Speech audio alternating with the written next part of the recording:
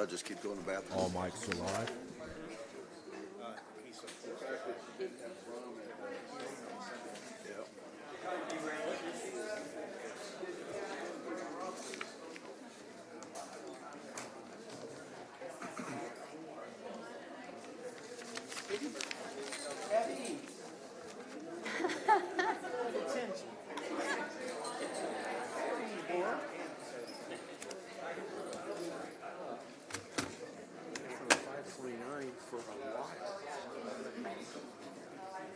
Because everybody's watching.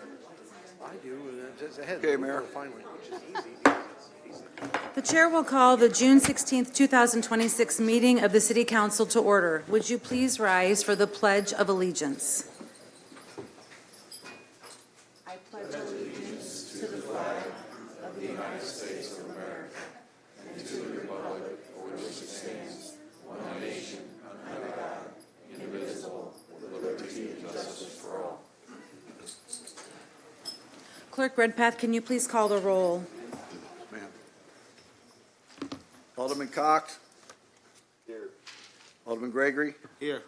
Alderman Williams. Here. Alderman Rockford. Here. Alderwoman Purchase. Here. Alderwoman Eterano. Here. Alderman Carlson. Here. Alderwoman Conley. Present. Alderman Donlin. Here. Alderman Hanauer. Here. Mayor Busher. Present. You have a quorum, Mayor. Thank you. Can I get a motion for Alderman? Second. We have a motion and a second for Alderman Cox to join by phone. All those in favor, please say aye. Aye. Those opposed, nay. The ayes have it. Welcome, Alderman Cox. You're welcome. The civility pledge. In the interest of civility, I pledge to promote civility by listening, being respectful of others, acknowledging that we are all striving to support and improve our community, and understanding that we each may have different ideas for achieving that objective. This evening, we have a couple presentations, so I'm going to come down to the podium, and I'm going to we're going to recognize tonight the Yule Flip team from the Special Olympics gymnastics team, and I'm going to ask Coach Ann Wells to come up with me for a quick second before we bring the team up. Good evening, Coach. How are you? Sorry, I didn't tell you I was bringing you up. Fine, okay. So tonight we are joined by the Yule Flip gymnastics team, which competed in the Special Olympics for the state of Illinois. This is their coach, and I would like Coach Wells to give you a little bit of a background on what the team did. Coach, if you would, please. Hello, it's a pleasure to be here tonight. Yule Flip gymnastics team has been in place in Springfield for the last 15 years. And this year we had 3 boys compete and quite a few girls, as you can see. I believe the total was 12, and we all went down to Southern Illinois, went to regionals, and every single person received a gold on one or more events to qualify to go to state. And some children chose soccer. 3 of my boys chose soccer, and one of my girls chose soccer, and another one of my girls ended up on vacation on a West trip. But I did take 6 gymnasts, and they're here today, most of them, to state this past weekend. They had a wonderful time. We were in the Gossamer Arena, and it was a lot of fun. We had a great time, and they all enjoyed their experience with Special Olympics. Awesome. Let's give them all a round of applause.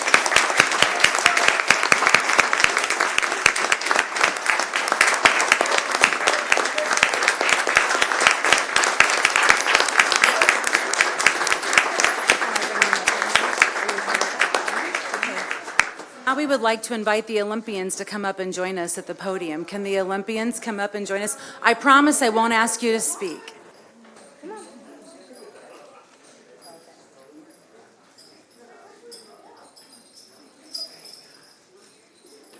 Good evening. This is Hannah. Hi, Hannah.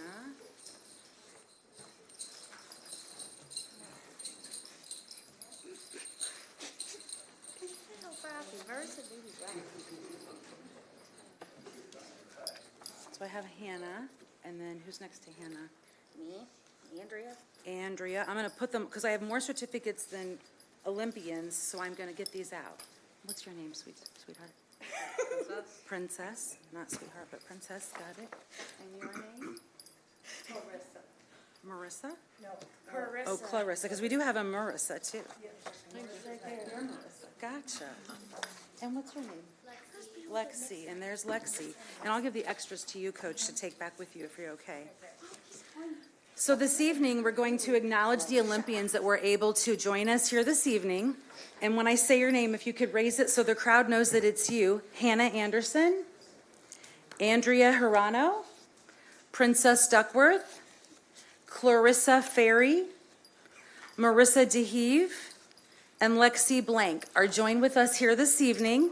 And tonight, the mayor and the city council, who will have come down and stand with you for a photo in a minute, want to recognize you for your hard work, your determination, and your perseverance. You each earned one or more gold medals, qualifying you for the 2026 Special Olympics state competition.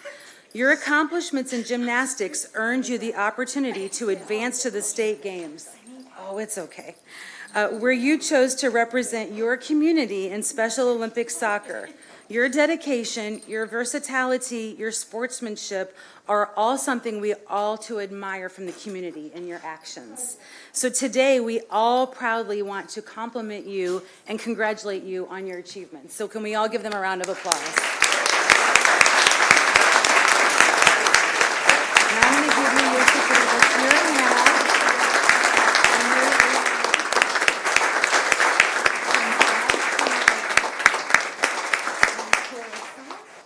And Marissa and Lex.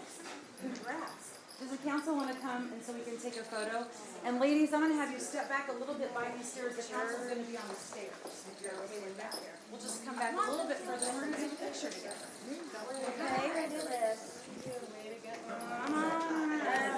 Parents, come on up, take photos, whatever you want to do. Please go along with this. Can I stand by you? Is that okay? All right. We got some high fives. Just a second. As long as I don't laugh. All right, ready? Everybody look right I'm here. going to push you up here so we're all in a line, okay? Ready? We're gonna take a couple.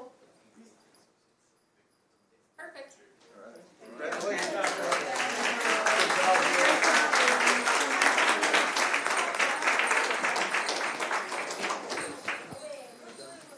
And Coach.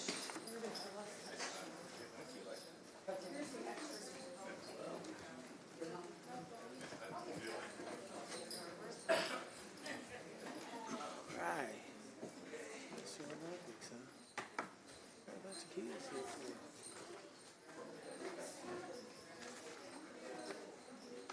You want to turn that back around? Can you turn that back around? Thanks.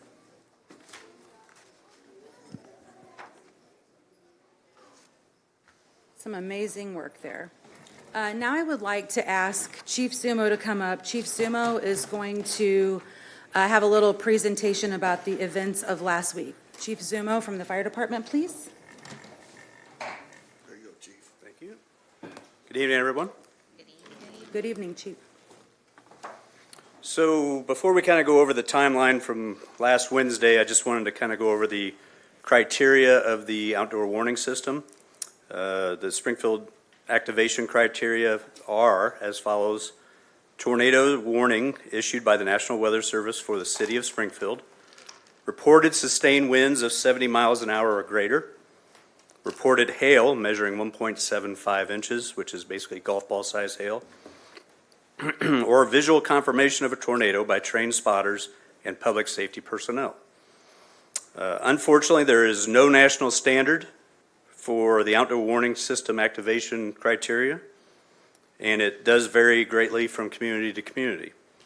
Springfield's activation criteria has been in place since at least 2019, and it's generally consistent with practices used by many of the Illinois communities. When it comes to the decision-making, one important principal guideline is all siren activation decisions. They must be made using information available at the time of the event. Decisions are based on real-time conditions, National Weather Service information, and verified reports available at that moment, not information that may become available after the event is concluded. That principle is important because the information available during the involving weather event is often different from what is learned post-storm assessments. So with that framework in mind, I'd like to walk through the timeline of June 10th and the information available. So pre-storm monitoring. Springfield Fire Department the staff chief assigned on-call duty officer was in communication with the city EOC supervisor on the severe weather developing in the region.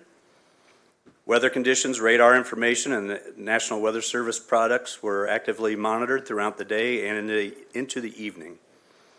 The area had been identified by the Storm Prediction Center as being a level 2 slight risk for severe weather, indicating that scattered severe storms are possible. Based on the forecasted conditions and the information available, at the time, the city's EOC was not activated. A similar assessment was made by the county emergency management agency, which also remained in a monitoring posture rather than activating its EOC. Monitoring remained continuous throughout the day and into the evening leading up to the events that I will discuss in greater detail. So the following timeline contains selected excerpts from the National Weather Service Central Illinois live chat system. It's our local public safety communication. The National Weather Service Central Illinois live chat serves as a primary real-time information sharing platform during significant weather events.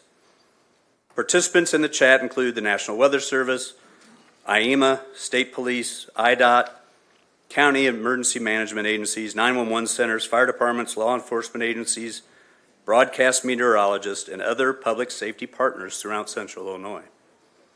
The live chat provides a common operating picture by allowing participants to share warnings, spotter reports, observed conditions, damage reports, and other critical information in real time. The timeline that follows reflects the information as it is being received and communicated through that system, along with information documented through local public safety communication during the event. So June 10th, the weather event, I basically start at 10:58. The National Weather Service in Lincoln issued a tornado warning for portions of Logan, Macon, Menard, and Sangamon counties. Some of you may have received a text alert, and just a show of hands, out of curiosity, who received the first text alert at 10:58 notifying that there was weather in the area? And I'd like to highlight that as the major problem that is very spotty. So text alerts were issued to cellular devices within portions of the monitoring area. At 10:59, a minute later, information shared among weather monitoring personnel indicated that a tornado warning had been issued for small-scale circulations near Athens, which is 15 miles north of Springfield. Additional information shared at that time indicated that the circulation near Athens was moving east, tracking towards Williamsville, also 15 miles from Springfield. At 11:04, 5 minutes later, Athens activated its outdoor warning sirens. 11:09, 5 more minutes later, information is shared by WCIA meteorologists indicating multiple lower flashes towards Williamsville from the Elkhart area, also 15 miles away from Springfield, and that a tornado was visible. Additional information shared by WCIA indicated he was observing a tornado at that time. That was 11:09. At 11:12, the National Weather Service in Lincoln issues a tornado warning for portions of Christian, Logan, Macon, and Sangamon counties. This warning was generated a second wireless alert. I'm assuming the same people got that one at 11:12. Information shared from the WCIA meteorologists at that time indicated additional flashes near the Elkhart exit and that a narrow funnel was visible. At 11:13, the Springfield Fire Department was dispatched for a structure fire at the Northfield Center. During radio communications for the response, dispatch advised responding crews that reports were beginning to come in that possible power lines were down along Sangamon Avenue. This was the first indication of reported storm-related damage within Springfield. 11:14 p.m., information shared from IEMA indicated reports of momentary power drop in Springfield. Information shared among weather monitoring personnel indicated the latest tornado warning had actually shifted to the Riverton area and was leaving Riverton, moving east out of the area. The National Weather Service in Lincoln issued a tornado warning indicating the radar showed that circulation leaving Riverton and moving east. No text alert was sent out.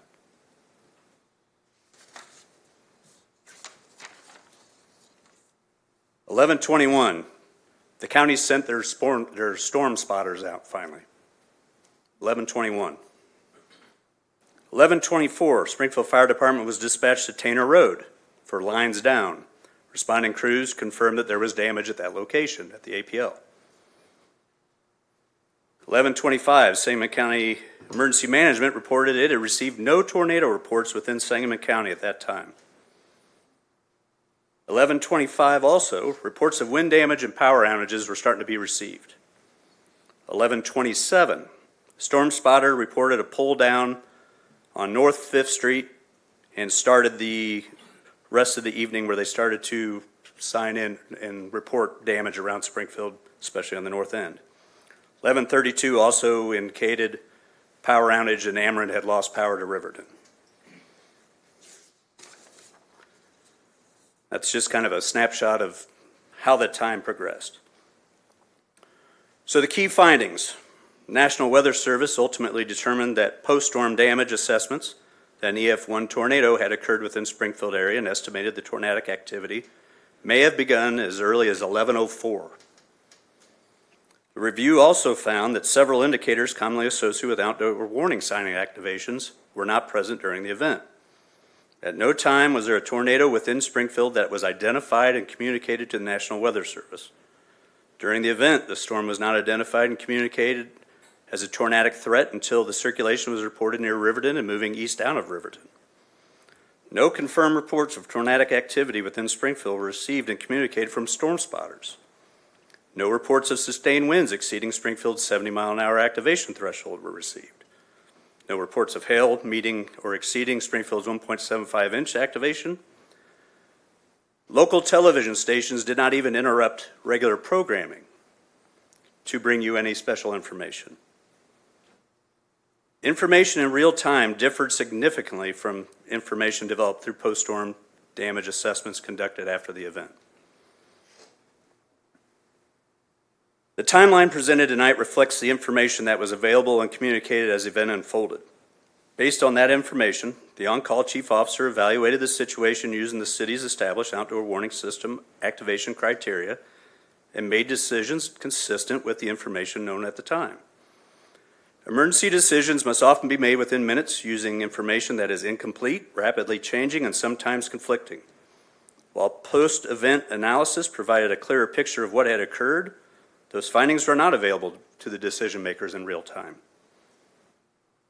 As part of the after-action review process, the Springfield Fire Department is also looking into an automated siren activation system. While a specific system has not been selected, the concept would allow sirens to activate automatically when predetermined criteria are met. But as with any automated warning system, this approach may result in siren activations for storms that ultimately do not produce severe impacts within Springfield. That trade-off will be considered when all options are evaluated. I'd be more than happy to answer any questions. Alderman Rockford? Yeah, so talk about your explanation to the news media about the Sangamon County and Springfield. You said the sirens were for Sangamon County, not for Springfield, Illinois? And where's Springfield, Illinois located? What I initially said was the 1058 text message that went out said for Sangamon County. It did not specifically indicate Springfield. So still no sirens. So what were the sirens for Thursday night? Winds in excess of 70 miles an hour. 70 mile an hour. Yep, Went right off, sirens. We had reports of 85-mile-an-hour winds. And nobody was looking at a radar on Wednesday night? Wednesday night, nobody was looking at a radar, 1058, I'm sure that- 1045, 11 I'm sure the o'clock, National Weather Service like Larry was. Rockford was? And I seen a white spot on my radar. And yes, Channel 20 did cut into their television programming because I went to that once my telephone went off. So we spent a whole day listening to our sirens, testing our sirens, for what? For what? It did us no good. You're lucky nobody's dead. I said it the other night, and I'll say it again. You need to be put in a new position, Chief, and I'll continue to say that. You let us down. It's discouraging. It's disheartening.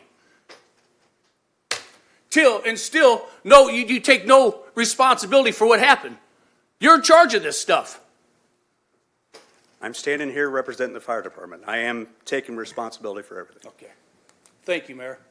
Alderman Gregory. You know, I share some sentiments. So in the timeline, you said at some point in time it did go off in Athens and it did go off in Riverton. You know, and you know, a part of that automatic siren thing or our thinking has to be that close to us that it could, you know, come our way any part of Springfield very quickly as tornadoes go. You can't really do that. I believe the thought process was with the Athens that it was on I a- hear you, Chief. Yeah, okay. I'm talking about my thought process. Yep. Y'all's obviously was different. So lost my train of thought. So those two things to me, I mean, you know, I know I said we talked about the sirens working early, late April. They were tested in May because one of my constituents on the storm felt like they didn't hear them when we had to put them off prior to that. Right. And we tested them and everybody heard them. So they definitely work. So obviously, you know, in that we have to talk about solutions. Obviously, Mayor, you put out a statement about reviewing things. So obviously, we as a city feel that there's some things that we could do better to alert our citizens. And I would rather a siren go off and it don't come and everybody's safe than nothing come. And I don't know what our relationship or what our dependency is on the National Weather Service. I'm sure they're very good at their job, but that can't be our only indicators, especially when our surrounding communities get that, knowing, you know, the north side, you know, that's near Athens and things of that nature. Those should have, you know, in my opinion, went off. You know, if that has to set off everyone in the city, you know, for those citizens. And then, of course, you know, the next day, we had some good winds throughout our entire city.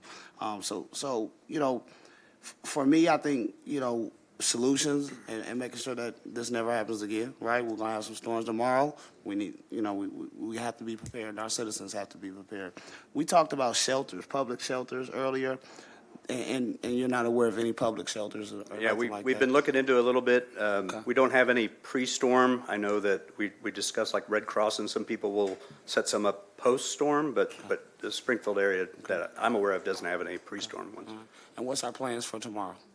What's our plans? Yes. The EOC opens up, I forget, I think at 5:30, and, In the morning, yep, AM. 5:30 a.m.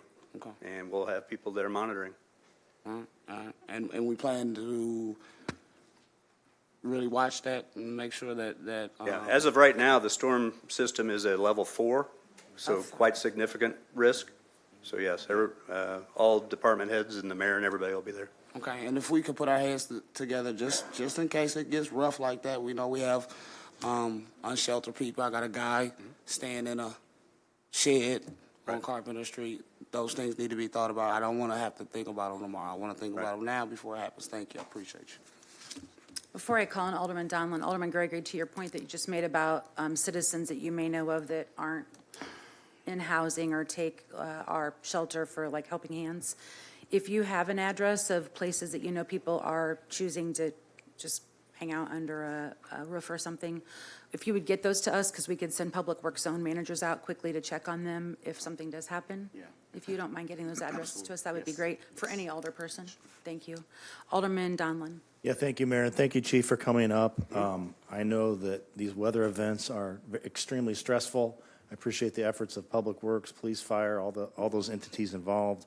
You know, people did ask me, you know, because I represent the areas, some of the areas on the north end, like the airport, where there's some damage and so forth. Was there a tornado? Wasn't there? And so forth. I think you've addressed that this evening. But you did touch upon something that is near and dear to my heart. I can't believe it's been 20 years ago. 20 years ago, we were faced with a citywide tornado that damaged a significant portion of this community. The entire community, I believe, was out of power. It was ugly. Right. And we had a strong emergency operations center at the time. I know we have one again, which is wonderful. The fact that that's in operation is the reason why we were able to get through. I know it doesn't seem that way to a lot of people that didn't have power, because there were pocket areas that didn't have power even as recent as today. But we were able to get on those issues, and I know Public Works crews have been out and doing a tremendous job. But at that time, we learned that the administration at the time, Mayor Davlin, learned that the alarm system, the siren system, was 30 years old. Right. And at that time, we initiated a $1 fee per CWLP customer and purchased a new system. And you alluded to another new system. I thought, well, how old are they? That's 20 years ago. Does the automated detections or alert system that you referenced, does that include replacing the actual units that are out throughout the community? No, that would be more just the software that runs it. The software we have now has the ability to have that added in, which would be the easiest way to do it. There are other options out there that also include social media blasts, text alerts, emails.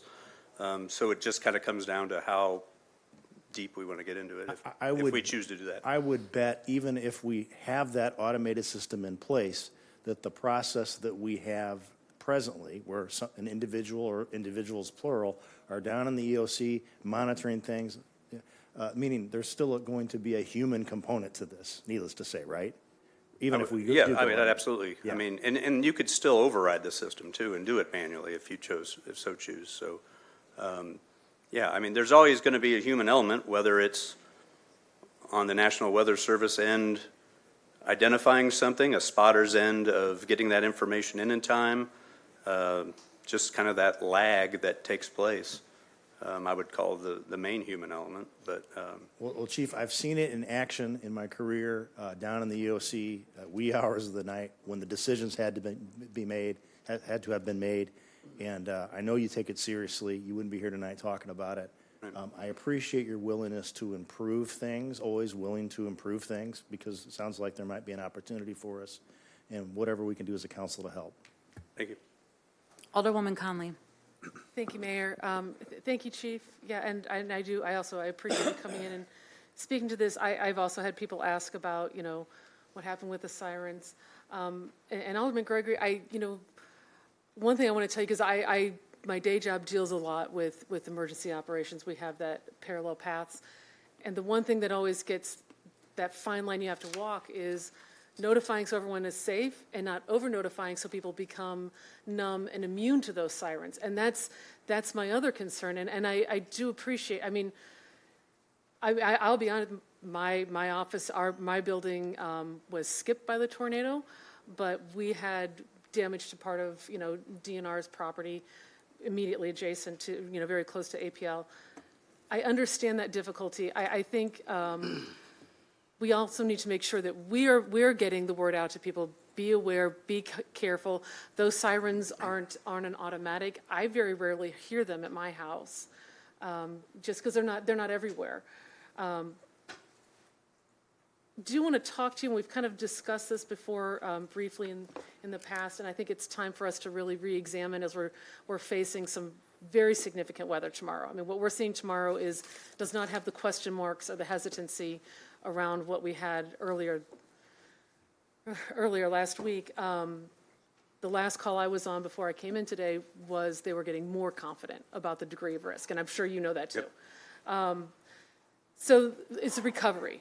I had a lot of residents without power for quite a long time.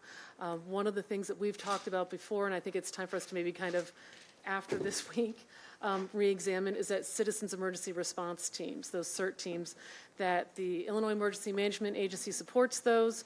We actually have a retired Springfield firefighter who is a contact person for that.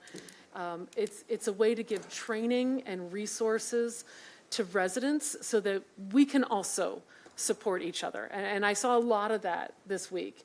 I had one guy who was putting caution tape up across the street where a branch had taken down some lines.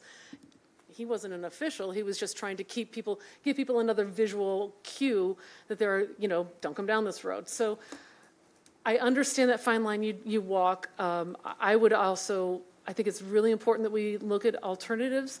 I'm not opposed to an automatic system that triggers when we hit our criteria. as long as we do, like you said, keep that human element in there, because one thing I don't trust are automatic warnings that we don't have people on the ground for. We can all make mistakes, and I know that, we understand that happens. I'm very grateful we didn't, I mean, it sounds like APL didn't even lose an animal, which is a blessing. If I can just real quickly right now, put a shout out to Taraski's and everyone who drove there for their sandwich yesterday. It was crazy getting in and out of work at lunchtime, but this community shows up for each other in times of need, and that's really impressive. But I think I'd like to see us have a discussion about formalizing that with actual training, so after the event, and again, before the event, I don't know how you prepare for a tornado other than, again, Alderman Gregory, let's let people know who are unhoused. This is the time to be going to those shelters. This is not the time to be roughing it. Tomorrow night looks rough. Tomorrow looks bad.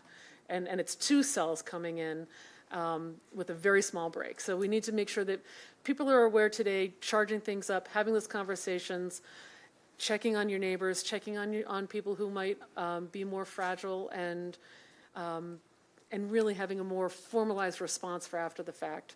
So, but thank you for coming in today. I get complaints both ways. You put the sirens off too much, you put the sirens off not enough.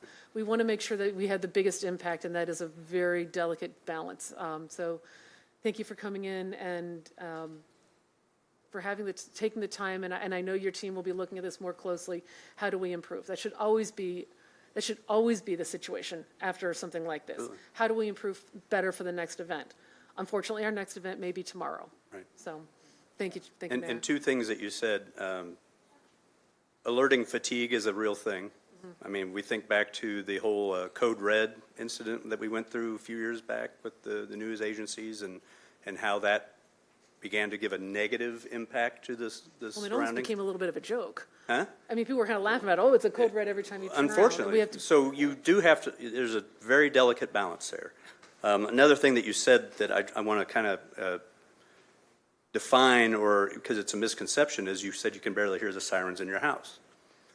They're not designed to be heard in your house. Yeah. They're designed, when you're they're outside. outdoor warning sirens. They're designed to be heard while you're outdoors to notify you to take shelter. So a lot of people will say, I didn't hear them, whatever, whether it be the Tuesday that we're testing or whenever. They probably can't hear them in their houses. So it's something that's just kind of misunderstood, I think, with the system. and I will say, actually, you pointed out something, so I checked. I didn't get any weather alerts, nothing at all. I went into my phone, and I actually didn't have those weather alerts enabled. So I'll just say, as a general kind of PSA, if you're probably smart, most people are smarter with their phones than I am. Will fully acknowledge that, but go in and enable those weather alerts, because when the phones go off, that's usually right next to you, and that will shake you out of bed in its You also need to have your GPS on. Yes, Or your pinpointing. location services, yes, thank you. So, yeah, we got to do that too. Thank you, Mayor. Absolutely. Alderman Rockford. Yeah, so Chief, is there a cost, when we run these sirens, is there a cost how does this work? You talk about sitting in this room, this space, and you're monitoring these storms. How many people are involved? When When you're the sitting EOC is monitoring activated? yes, when you're monitoring, is there 50 people, is there 10 people, are we on phone calls? Depends on the amount the EOC is open to. There's like light activations where it would be like police, fire, usually the mayor, CWLP. So there's got to be somebody from National Weather all the time, right? No, that is like a chat room that we go on over the computer.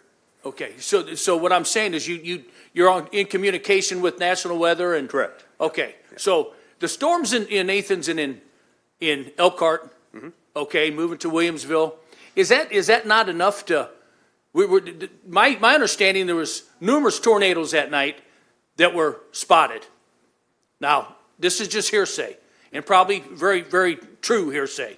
Okay. And so we get a tornado go through the north end of town. The phone goes off, Channel 20 has it on, but there's no sirens. So would it be better safe than sorry than to sit there and maybe poke a head outside a window and take a peek? Because I got video on a camera off my porch that is crazy.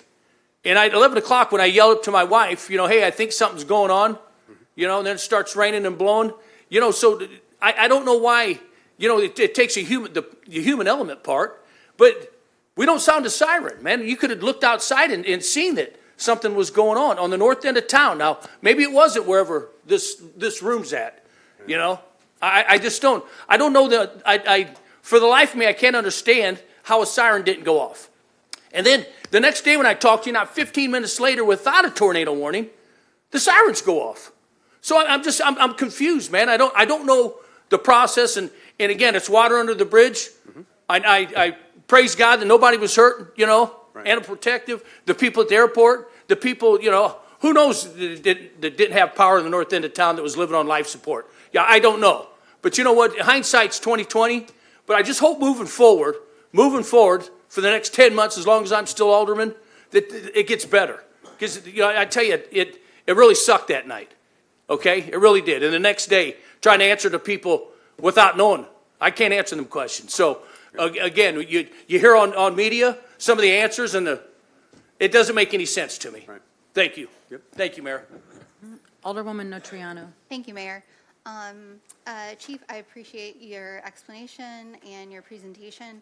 I'm curious as to why your presentation isn't going to be followed up by Director Rogers to explain CWLP's response and preparedness for tomorrow. So I really have questions more for that side than you. But I would like to, in your defense, remind everybody that a year ago, more than that, when the leadership in Washington changed, they decided to cut severely National Weather Service personnel and resources. So you can be sure that we didn't get alerts because those trained spotters probably weren't in our area. And they probably didn't see what you saw on your porch, Alderman Rockford. Well, those people are also, those people are trained. They're trained where a storm is going to occur, and this storm had been brewing for a day or two. So these trained spotters, they But travel if- the country. They go where the action happened. Yeah, So if you want to go to Thursday and look. Alderwoman Notriano has the floor. I'm sorry, Okay. but Well, it's her she time. Thank mentioned you. my name, I'm going to Well, respond. Well, I mean, we wait our turns, Alderman. And this isn't a dig at you. I'm literally saying that our federal government has cut manpower to where there may have not been a spotter in our area. And we all need to realize that that's a potential problem. You had mentioned that you didn't get the updates that you thought you would get from the National Weather Service. That's not your problem. That's not your fault. So would it be okay to have Director Rogers come up and? We're not, later, we need to finish this part first. Okay, Never mind. okay, sure, yeah. Sorry. No, you're fine, thank you. Yep. That was it. Alderman Donlin. Yeah, thank you, Mayor. I will be very, very brief with just one comment, Chief. Again, related to the upgrade of the system. Right. I know we have an agreement with 9 fire protection districts that operate out, that have geographic boundaries outside the city of Springfield, and I would encourage any upgrades to the cost to be shared with those entities, and I will be an advocate of that. Thank you. Okay.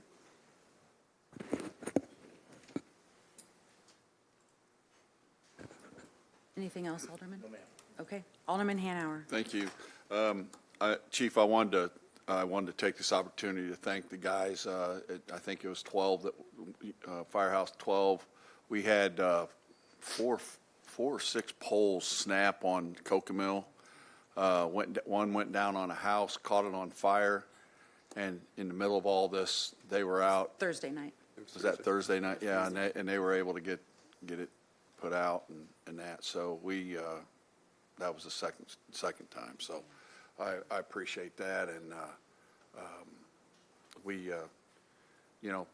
you don't think about those guys having to go out in the middle of all that stuff. So I just wanted to mention that. Thank you. So Yeah, the second night, we actually ran about 120 calls in that 3-hour span. Yeah. That's more than 3 times our daily number usually. That included 6 fires and 3 structural collapses of some sort. So yeah, we were quite busy. For basically that whole 3 hour, we did not have one rig in service or available. they're all in service. And I do want to mention that, you know, there are trained spotters that go out, and I'm not sure, and they're told to go to different parts of the county, and you can hear them on the scanner a lot of times. And, you know, they're usually pretty good if there's something coming up. I mean, you know, I'm all for upgrading our system, but if we don't have something outside of Springfield to see what's coming, it'd be like having a tsunami warning on shore. It doesn't do anything. We need something farther out, and that's, you know, usually it's the trained spotters that do it. I don't know what happened that night, and that's usually from Sangamon County. ESDA, I think, is the one that coordinates that. Chief can speak to So that. I don't know what the story was with that. Did they not alert them, or? So I didn't get reports that the spotters were sent out until 11:21.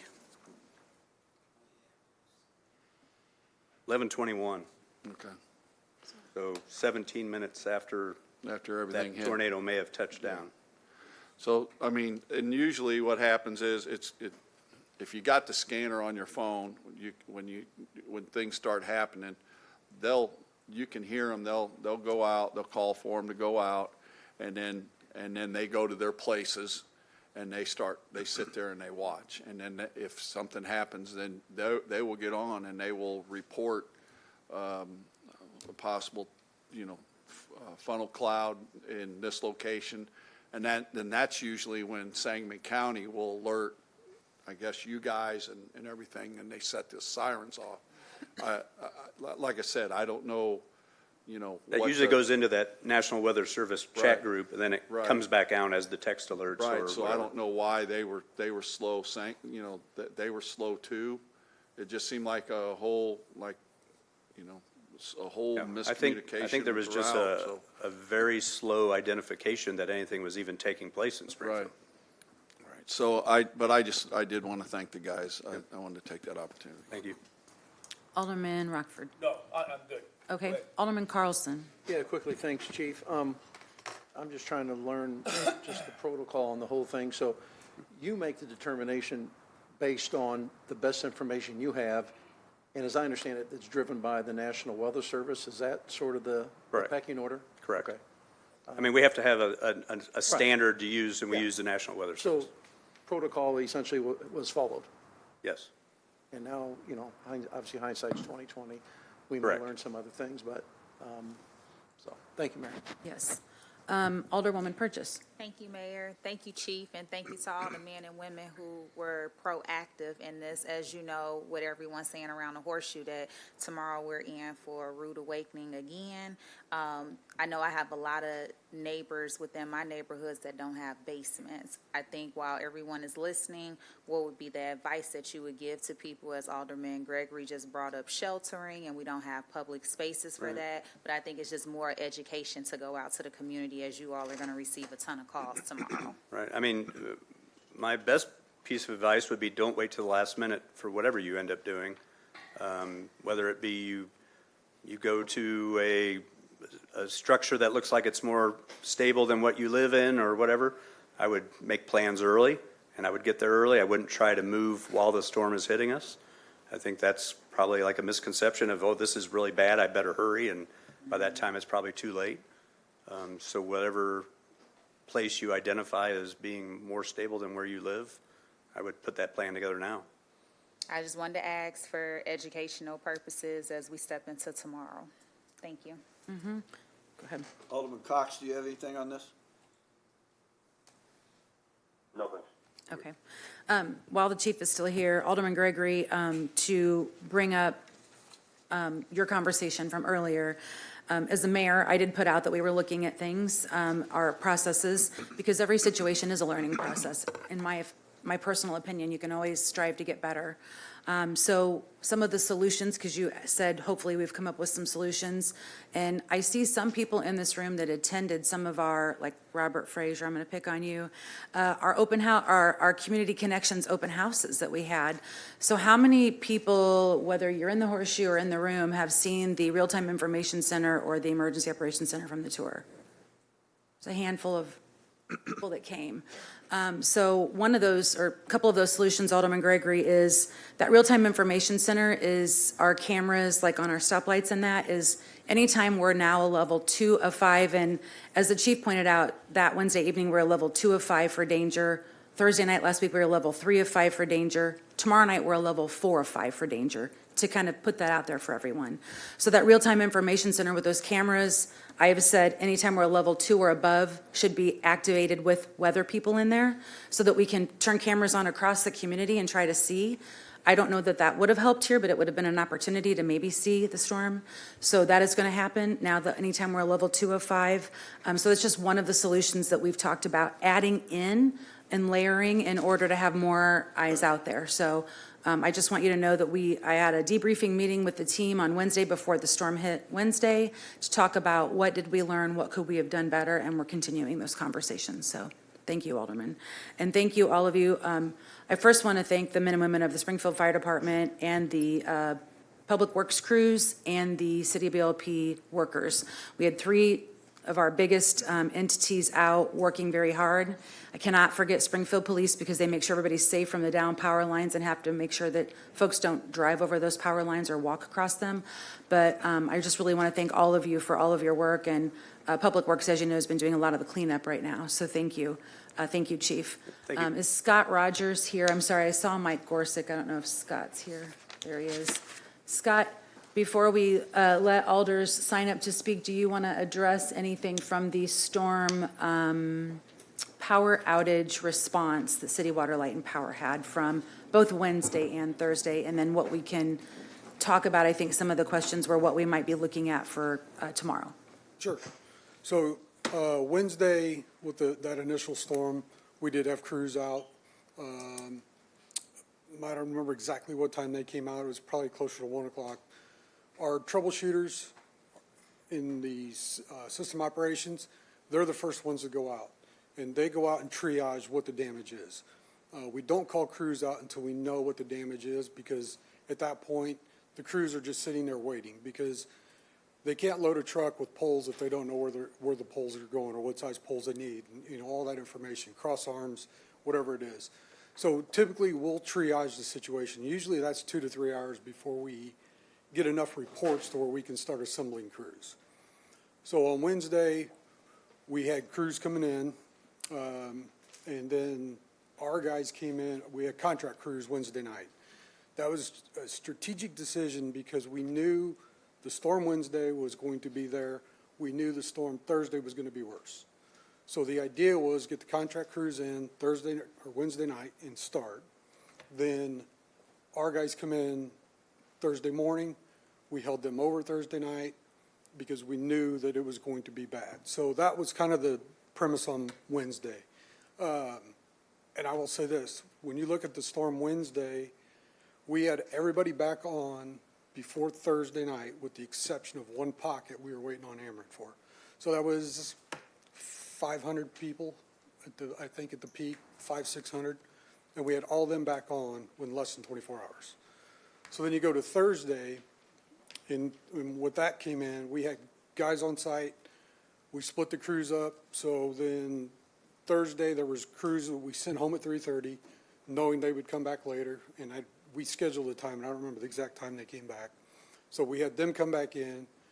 So we ended up staggering our shifts. So we had 24/7 coverage from basically Thursday morning all the way through Sunday at 8 o'clock. And you look at that outage, we had 11,000 people out at the height of that storm. All them people were back on by around 8 o'clock Sunday. So in less than 48 hours, we had 11,000 people back on. So I think our response was pretty good.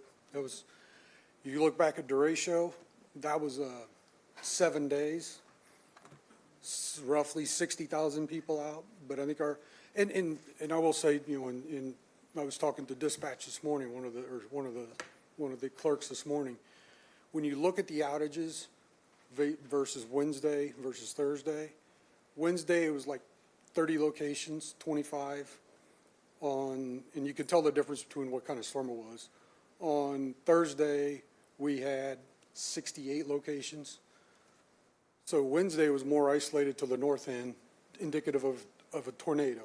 not straight line winds broad. And then Thursday was indicative of straight line winds because it was spread out across the entire city. If you look at our outage map at the peak, there was not a quadrant in the city that didn't have damage. So overall response, I think we did very well. Now, a lot of the complaints we've heard, no different than a lot of the complaints we heard during derecho outage map.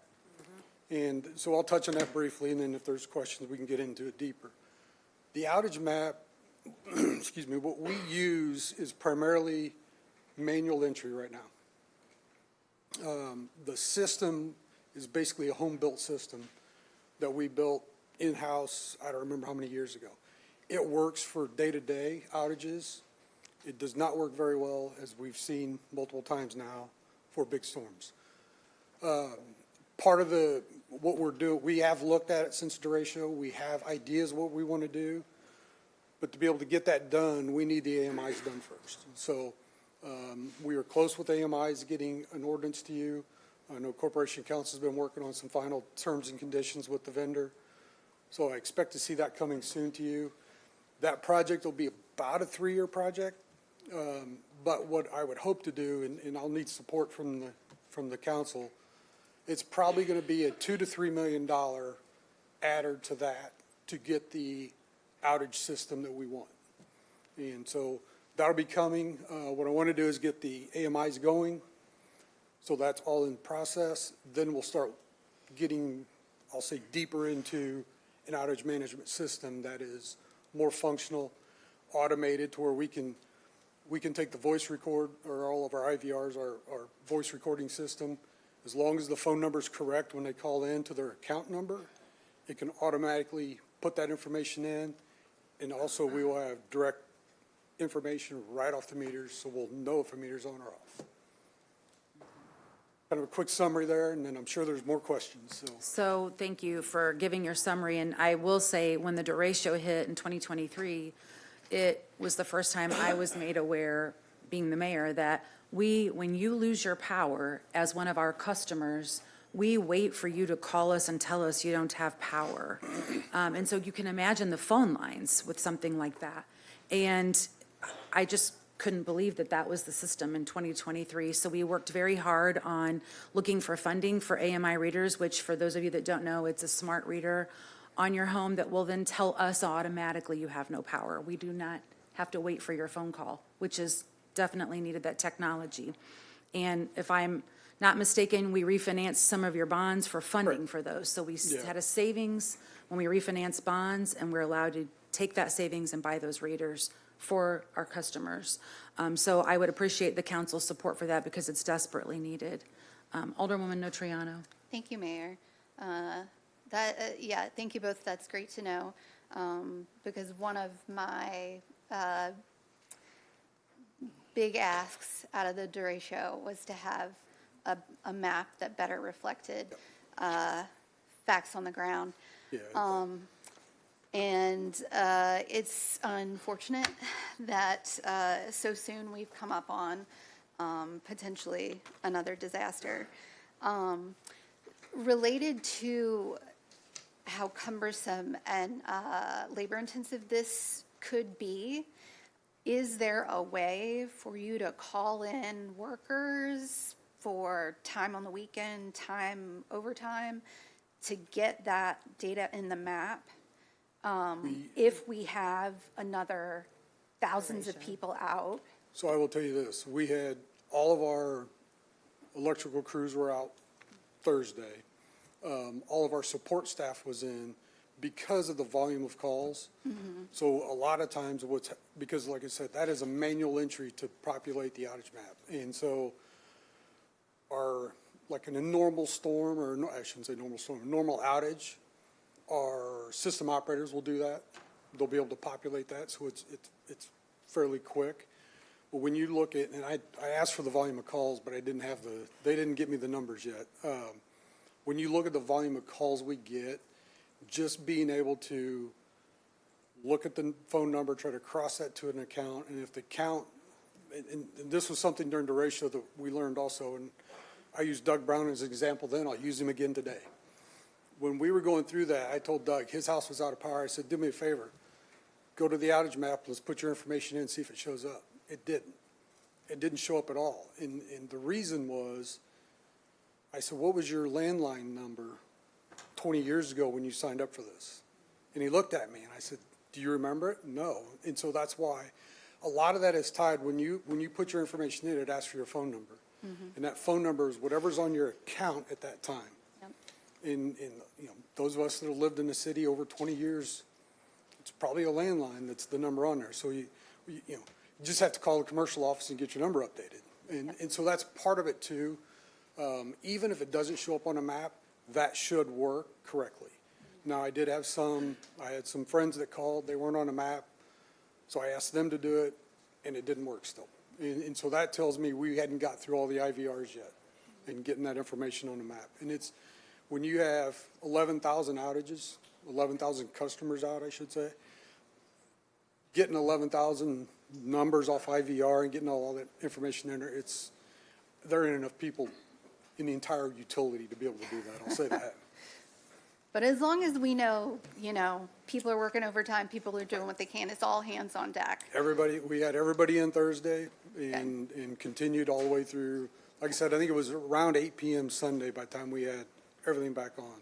Nice. So the response for 2 back-to-back storms, I thought was really good on our staff. They did a great Yeah, job. to hear 48 hours, that does sound much better than what we were dealing with a few Julys ago. So I have a couple more questions. I'll go with this one first.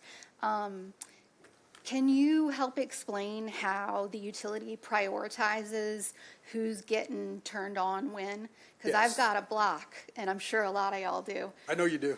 where you know what I'm talking about. Yes. Across the street, they have lights. The other side of the street, they're out. Yeah, so I'll start with priority. So this outage, we had what we call feeders, 13 feeders, which is our primary backbone coming out of substations that feed all the circuits.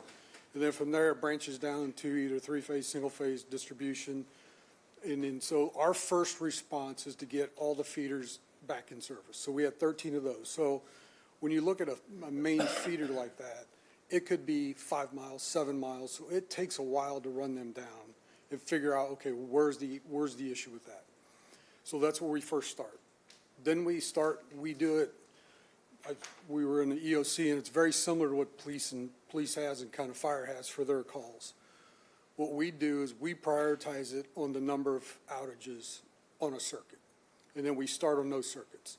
At the same time, a lot of times we do this at night. We'll have 2-man crews from our service department. We also have some during the day. But a lot of times you'll see at night, we'll pick up a lot of people.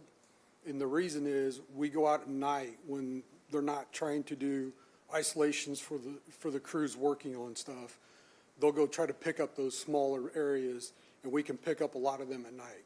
And so we kind of start there, and then we just work down the list. And then so part of it also depends on, for example, Rickard Road by the new firehouse. There was 3 poles down there.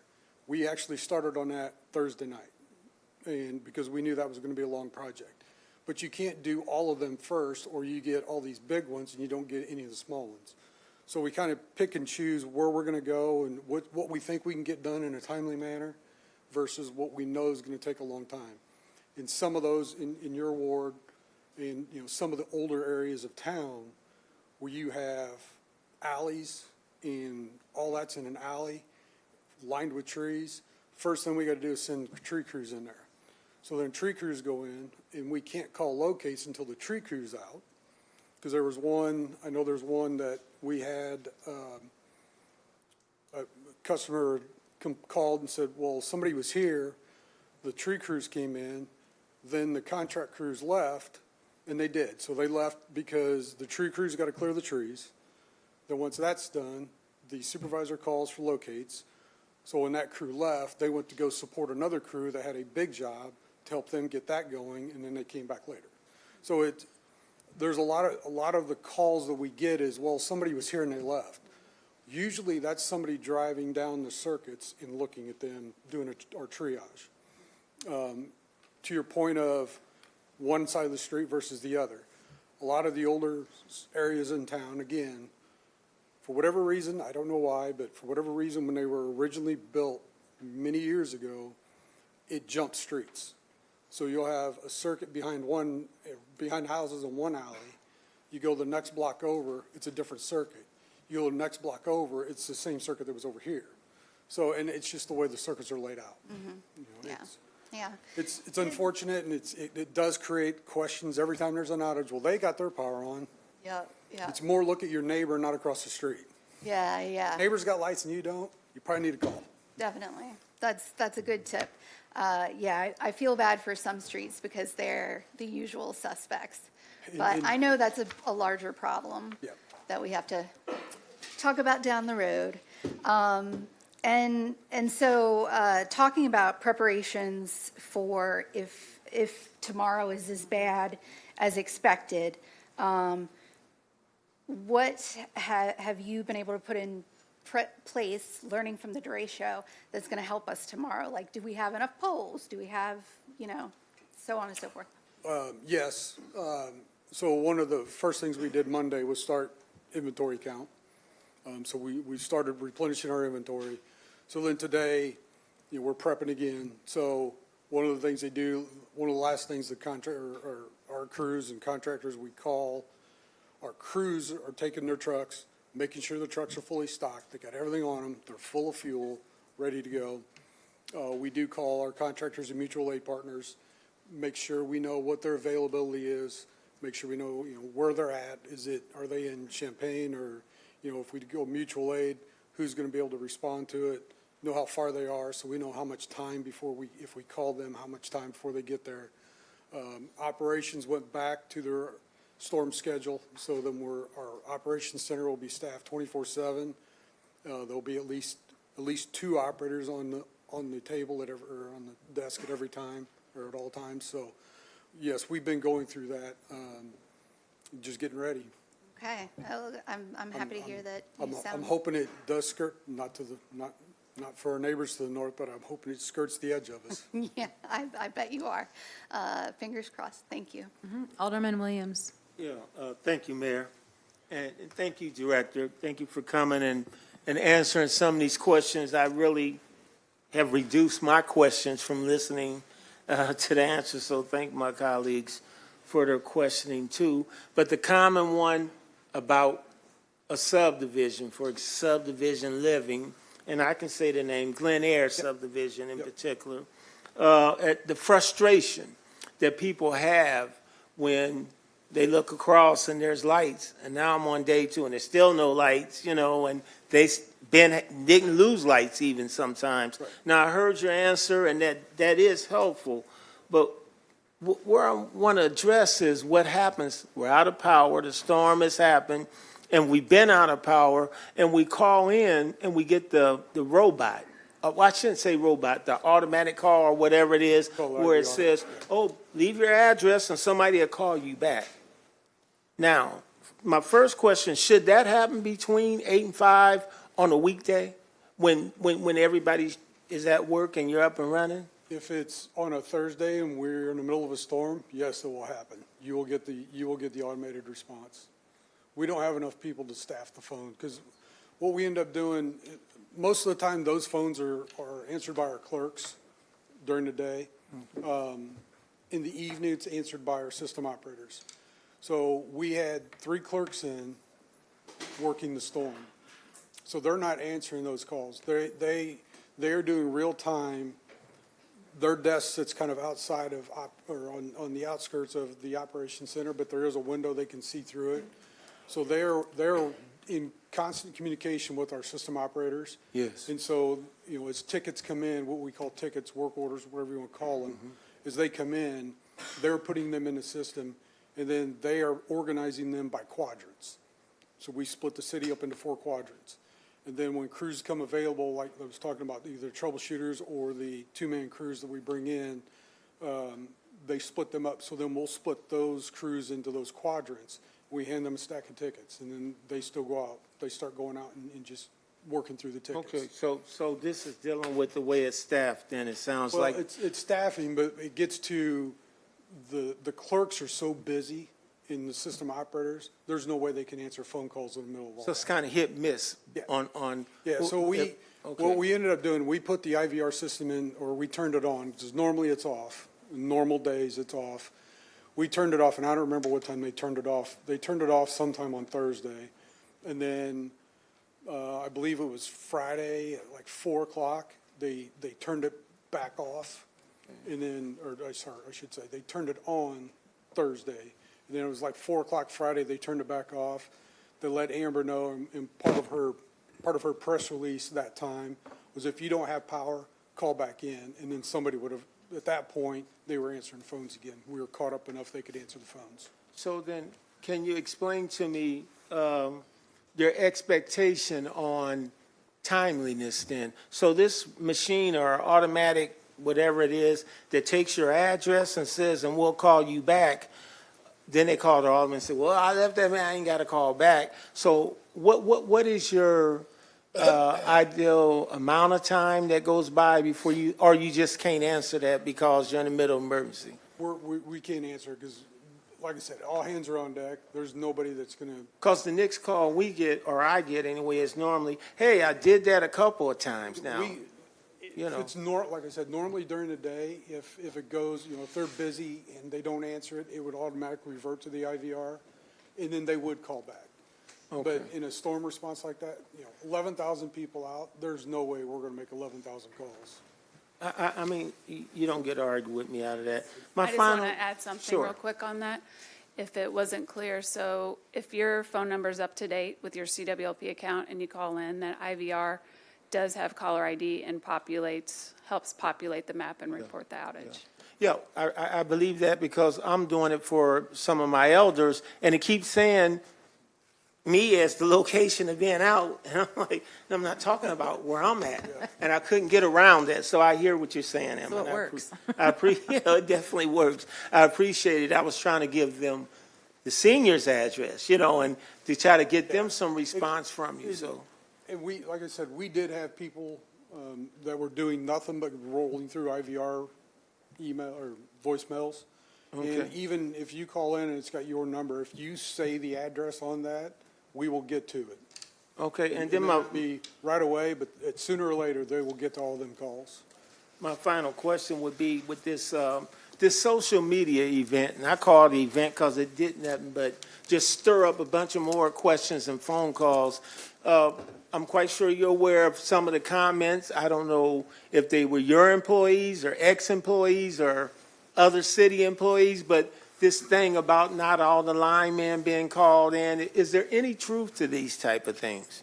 And there is truth, and all I can say is it is a arbitration hearing, or it's arbitration that we cannot speak of right now. Well, but it wasn't punitive. I mean, we didn't suffer because you're in the middle of. No, like I said, and what we did Wednesday with calling just contract crews, that was on purpose because we wanted to make sure we had our guys to be able to split up the next day and not waste a bunch of time. I shouldn't say a bunch of time, but not burn a bunch of hours for those guys and then have crews that were going to be tired the next day. So no overtime issue or no overtime pay, or I'll leave you alone about it. Thank you. I can't speak Thank of you, it. Director. Okay. Alderman Williams, I appreciate your comments, and I can just say that what we did was brought the crews in at their normal time at 7 a.m., and then half of them got to go home at their normal time at 3:30. The others worked 16 hours, and then we brought the ones back in that went home, and then we were on this 16-hour swing with them. So they did get overtime, but it was so that we would always have crews out. If we brought everybody in at the same time and let them all work 16 hours, we would have a time where there was nobody out. And I'm sure our citizens would not like seeing that. And we kind of do the same thing with snowplow crews. We have day crew, evening crew. So it's very similar to that response, if that makes sense a little Well, bit. I was challenged to make sure I asked these questions, and I appreciate the responses. Absolutely, yeah. I'll see what I get from it. Thank you. You're welcome. Alderwoman Conley. Thank you. I'm going to echo Alderman Williams. It's nice to have other people ask all the questions ahead of time. So, Scott, thank you. You've answered the overwhelming majority of the issues I had.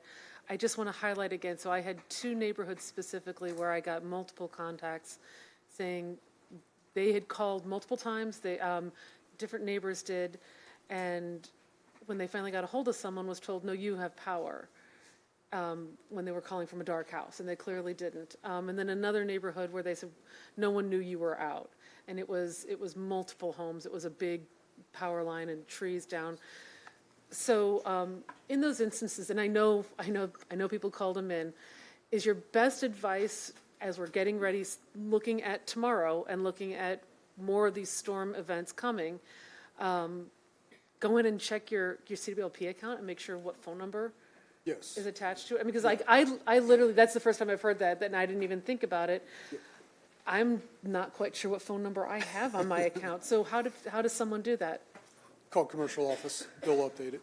So keep your commercial office busy tomorrow. Yeah. I want to point out. Justin Stone's gonna be mad at me tomorrow, but yes. Right, so I just want to point out, it would be great, if someone has an online account, like my stuff is all online, can I go and make that change on my online account? Yep. Okay, so people need to Update your check. phone number on your online account. I do that tonight when I go home. I want to point out the storm cells start tomorrow morning and go to early afternoon and then have an hour break and then they start again. So not a lot of room in there for people to be calling your office. I think that's pretty much it. I will tell you, I'm looking forward to getting these meter readers. We also need to, I would encourage, I know that CWP has put in grant applications in the past to do more studies or to do more buried lines, to try and undetangle some of, especially in our older neighborhoods, the way this grid has been worked out. None of those are cheap responses. We've talked about MacArthur Boulevard alone. I think we just need to make sure that people, again, are aware of this conversation. We had this conversation after the ratio. We're going to keep having this because you forget when the skies are blue, we're having a good time, you flip the lights on. I don't want to tell you how many times I walked into my dark bathroom, flipped the light on, like, I've done it. Pavlov. It's an been there. instinct, and then it's not there. When it's there, people are very happy, and we don't think about these things. I wish we had a little more time between tonight and tomorrow for everyone to update their phone numbers. I will encourage all my constituents who have online accounts, anyone in the city with an online account, check your contact information tonight so that you can have that on, because it was very concerning to me, especially with people who said, "Look, I've called a number of times. I know my neighbors have called. We don't show up on the outage map. That outage map is the bane of my existence during these large events." And I know you feel it too. But just thank you for your explanations tonight. I'll give a plug on a couple of things, no pun intended plug, but. Oh, I can do this with flooding that too, order. so by the way, so yeah. A couple other things with the big events. I do want to point out too that the public-facing map is not what our electric operations refers to and uses. Right. They Thank you have for a very the detailed reminder. map with more outages than you're going to see on the public-facing map.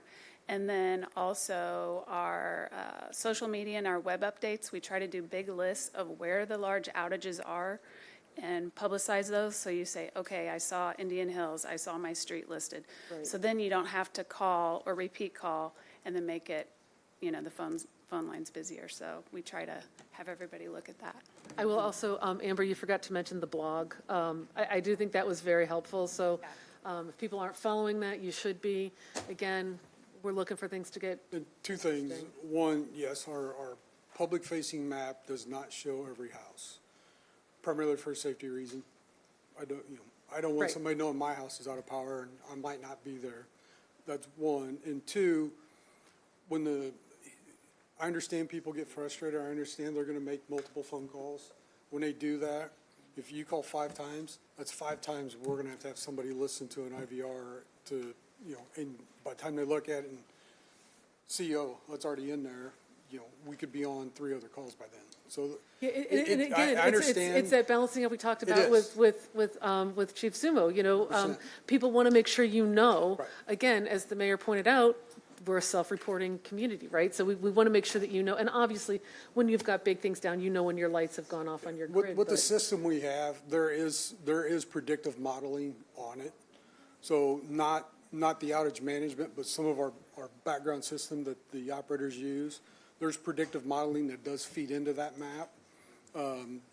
But it's not it's not always accurate. It's really good, again, at small outages. But when you get into larger, big scale outages, it's very difficult for that algorithm to work correctly. And we could, and during the ratio, we tried tweaking it a couple times and we made it worse. And so then we just said, no, we're done. We'll go Yeah, back to and where we were. I will say, if I could, just also, just as just sort of an FYI, like what you said tonight, just a little bit more of an explanation on other platforms of, there are different people that come through. You may, I mean, I heard so many times, I haven't seen a CWLP truck here, and very concerned about that.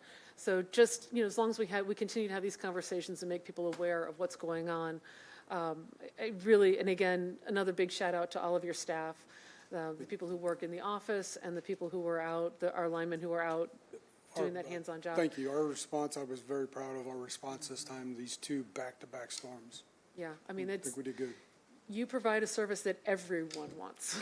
Can I say there's improvements to be made? Yes. Yeah. But I think overall, we did good. Always an opportunity to learn, lifelong Absolutely. learners, right? Thank you, Mayor. Yeah, and thank you for triggering my memory, Alderwoman Conley.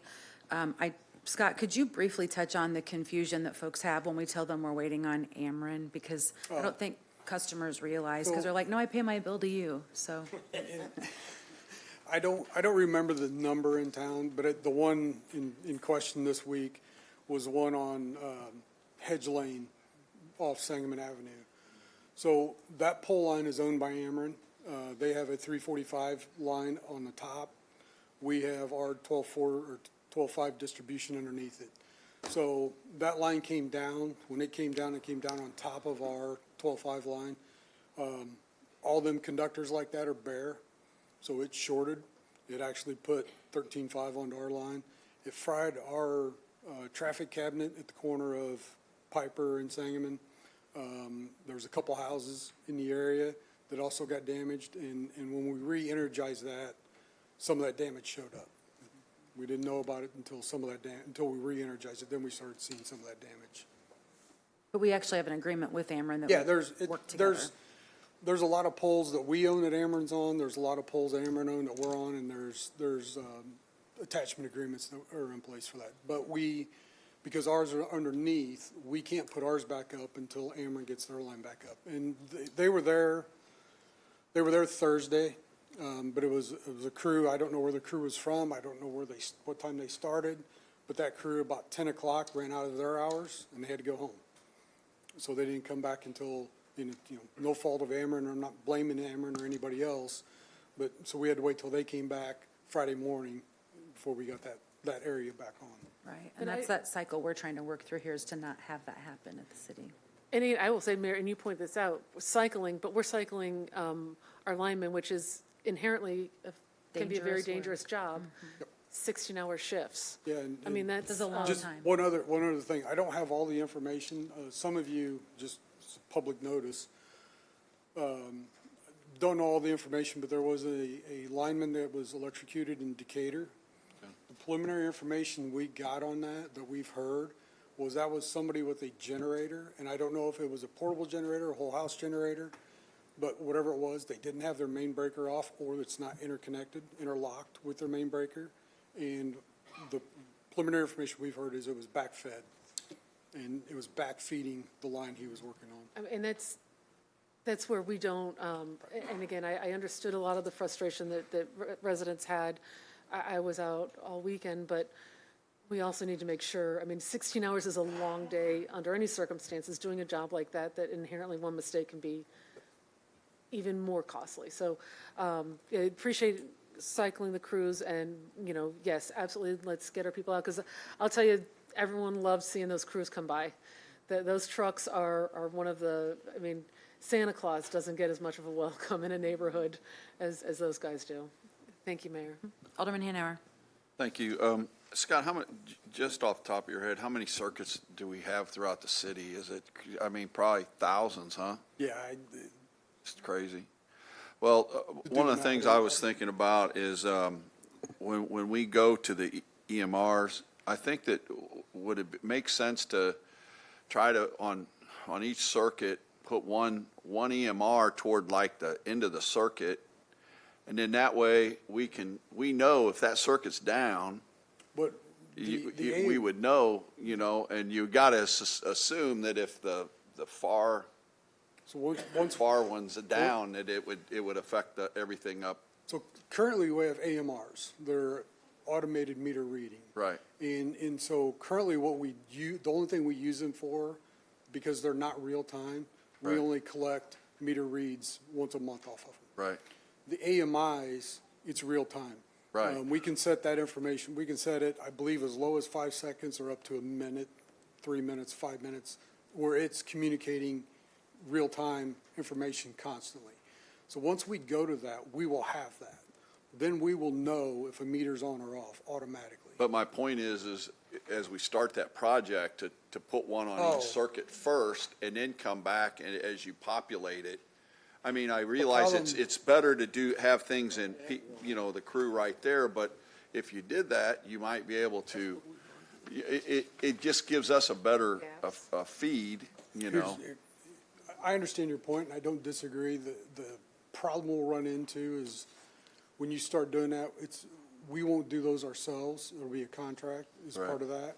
And then, so when they bid that contract, they're bidding it, we're gonna go down this road. Yeah, they doing- wanna get it all- if they that's do the at cheapest end, way to do then, yeah, we can try to do that, but it's probably gonna end up costing us more, and I don't know what that cost would be. One of the biggest costs of this is the labor to install all of it. All right. We thank can you. look into it, though. And thank you and good job. Thank you. Alderman Gregory. Well, let me say this because I never say it. All the employees, good job, for sure. This is management level talks, and so, just trying to make sure that we get things done. So, first I'll say, to our employees, he did, post a Facebook, post about, some things that's obviously in arbitration. So I'll say this, of course, right? We certainly have to tip our hats to the workers who, for whatever reason, was frustrated because they couldn't work. And on the other hand, we want to keep people safe too and not let them work too many hours. And, because some people got big hearts and they'll keep going. So I totally respect that, right?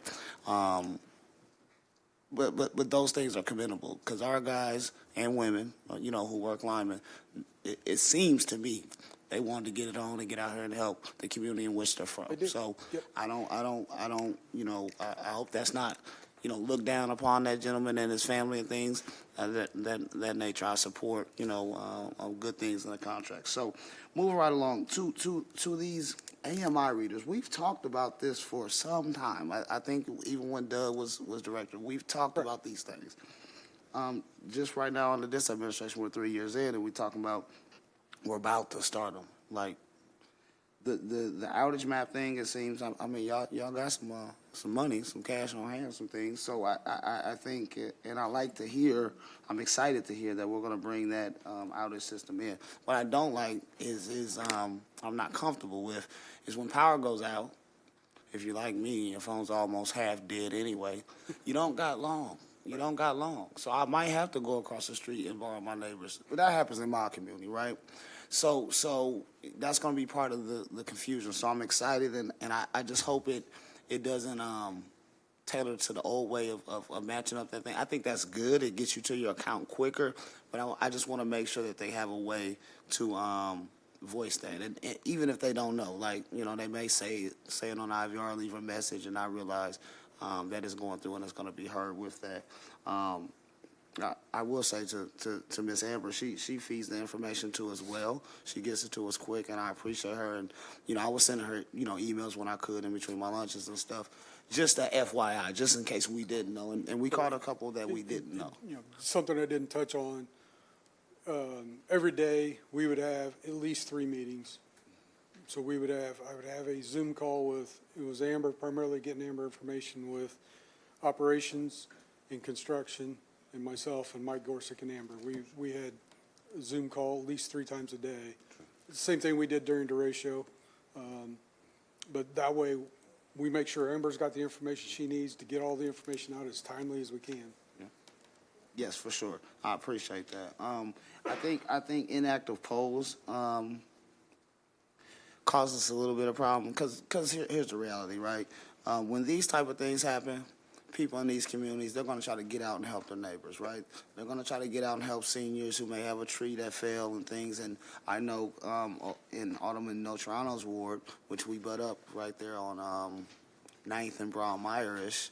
They had a dead pole, an inactive pole in the back, and it hadn't been cleared or not, as far as I know. But they were really trying to get to the roof to put a tarp on it so they can save it as much as they could. So I think we have some areas of improvement there with inactive poles. I don't know if there's something we can put on it or that we normally do and that maybe we didn't.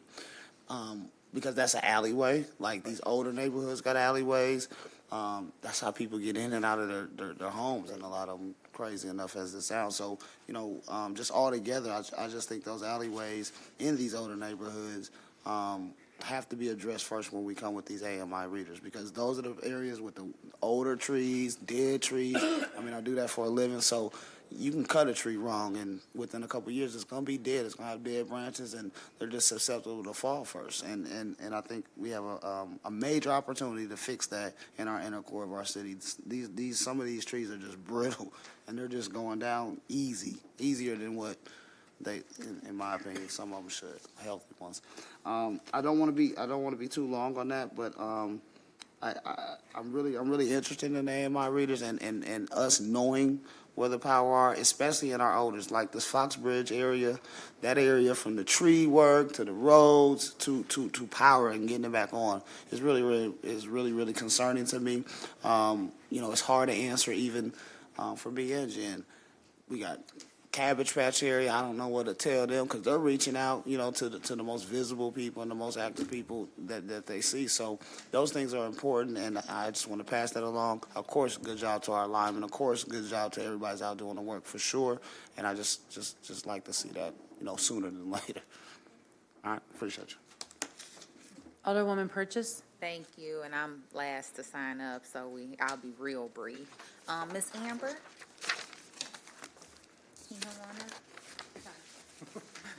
You do such an amazing job with getting us information. So while I've been listening to everyone, Donald, I think he just did that on purpose. Can we, put something out tonight where it can be a link for people to update their telephone number?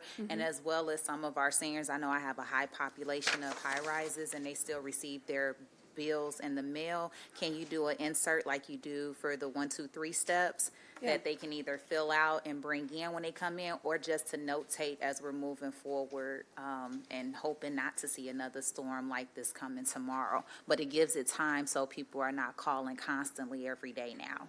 A lot of people are not listening right now, but it'll be going on the news. But I really think that that'll help us, and it's a few steps that you can do. You can either call in, click this link below to make sure your information is updated, and to reassure, put something inside the bill. And I know you have something now that's in there that comes every month. Yeah, So can we please do that? yeah. I don't Okay. even have one planned for July yet, so. Okay, give me an well, idea. good. Ding, ding, ding. Thank you. Yes. Alderman Donlin? Yeah, thank you, Mayor, and I get to be last, I guess. One of the unique, the system still fascinates me. One of the unique things that we have out west, and it's not a great number of people, but we have CWLP customers, like in Old Bradfordton Place. And I've tried with your predecessors to get this resolved. We have CWLP customers that are actually supplied by Ameren. They do what is called wheeling. Yep. And they're very confused, and we have this conversation. They really just, quite frankly, they just want to be on CWLP. And I know that's a conversation not for this room today, but we got to make it, find a way to make it clearer and easier for those individuals, although, again, there's not hundreds, but one's enough to know who to call and how to be. They do call me, by the way, but anyway, I don't even really expect you to respond to that, but I just wanted to say it so I didn't forget. I will give you an update. So we are trying to, we're looking at that a little more. We do have, I think, one customer in that area that has reached out to us recently. So we are looking into that again to see what we can do. Without tipping my hat too much, I'll just leave. Fair enough, and I'm comfortable that we'll finally get there, because being a new director, you want to make things, anyway. Alderman Cox, do you have a short, quick question you like to ask? Ask. Hold on, let me get my book out. That's more like a topic with I appreciate all the hard work. But no, I'm good, thank you. Thank you. Thank you, Scott. And just to reiterate what's being shared on social by the city, The first round of storms tomorrow is expected to hit between 7 a.m. and 2 p.m. Our level 4 of 5 risk, the first round is 7 a.m. to 2 p.m. Second round of risk is 3 p.m. to 1 a.m., so it's pretty much all day. Level 4 of 5 of risk for severe weather. Potential hazards are or could be tornadoes, possibly up to an EF3, damaging winds, gusts over 75 miles an hour, and large hail greater than 2 inches. And just to remind everyone, when we had the derecho in 2023, the evening of that storm, I did put out a curfew. It's the one and only curfew I put out as the mayor, and people were really upset by that curfew. But the reason the curfew was put in place was there were so many live power lines on the ground. It was dangerous for people to be out in the community. So just have patience with us if that's required. Again, it's for your safety that we're doing that. So I just want to make sure that everyone knows. So with that, we can go to the zoning portion of our meeting finally. Hi, John, are you ready? Okay. This is the longest that John's been in one of our meetings. I know. The next item on the agenda is docket number 2026-018 for the property located at 2512 East Laurel Street. The petitioner is William H. Whitener, Jr. Present zoning classification is R1, Single Family Residence District, Section 155.015. The requested zoning relief is pursuant to Section 155.212, General Provisions Variances, and Section 155.214, Applications for Amendments and Variances for variations of Sections 155.010A and 1, Use Regulations, General Provisions, and 155.001, Definitions, Lot, and Accessory Building or Accessory Use. The Springfield Sangamon County Regional Planning Staff recommendation is approval of a use variance to allow an accessory building, storage building, garage to be constructed on the subjected property without a residence on the lot with the following conditions. 1, the building shall never be utilized for a commercial business, and 2, the storage space shall not be rented out. The subject property is a larger parcel in the area where the construction of the proposed garage storage building as shown on the petition will not hinder the future construction of a single-family residence on the property. The standards for a variation are met. The planning and zoning recommendation is approval to concur with the staff recommendation. The chair will now entertain a motion. Yeah, Madam Mayor, I'd like to make a motion to approve the Springfield Planning and Zoning Commission's recommendation. So we have a motion and a second to approve the Planning and Zoning Commission recommendation. Is there any questions from the alders at this time? Seeing none, the voting will now be open. All those in favor of the motion will vote yes. All those opposed will vote no. Alderman Cox, how do you vote? So the motion passes with 10 voting yes, none voting no.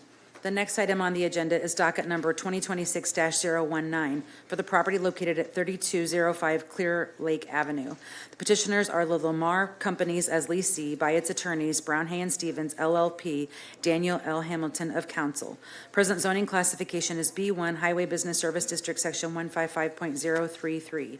The requested zoning relief is variance of sections 155.340I and J general provisions for off-premises advertising signs and 155.341 height and site regulations for off-premises signs. Springfield Sangamon County Regional Planning Staff recommendation is approval of the relief requested in the petition with the following conditions. The height, dimensions, and the sign area of the proposed sign facing west shall not exceed the height, dimensions, and sign area of the existing sign, no more than 40 feet in height with sign dimensions and no larger than 10.5 feet tall by 36 feet wide and with an area not to exceed 378 square feet. The new sign shall utilize technology such as, but not limited to, that described in paragraph number 9 of the petition that limits brightness at night to the satisfaction of the zoning administrator. 3, the electronic display face of the west facing sign will display messages that do not change more frequently than the set 8 to 10 second cycle mentioned in paragraph 8 of the petition. And 4, messages displayed shall be static images that do not include moving, scrolling, blinking, flashing, rotating, or animated graphics. The standards for variation are met. The Planning and Zoning Commission recommendation is approval to concur with the staff recommendation. The chair will now entertain a motion. Yeah, Mayor, I recommend that we approve the Springfield Planning and Zoning Commission recommendation. So we have a motion and a second to accept the Planning and Zoning recommendation. Any discussion from the alders? Seeing none, the voting will now be open. All those in favor of the motion will vote yes. All those opposed will vote no.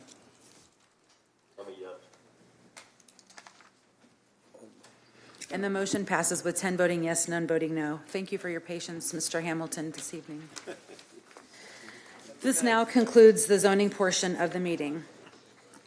The chair will now, I'll hold for 1 minute. See you, John.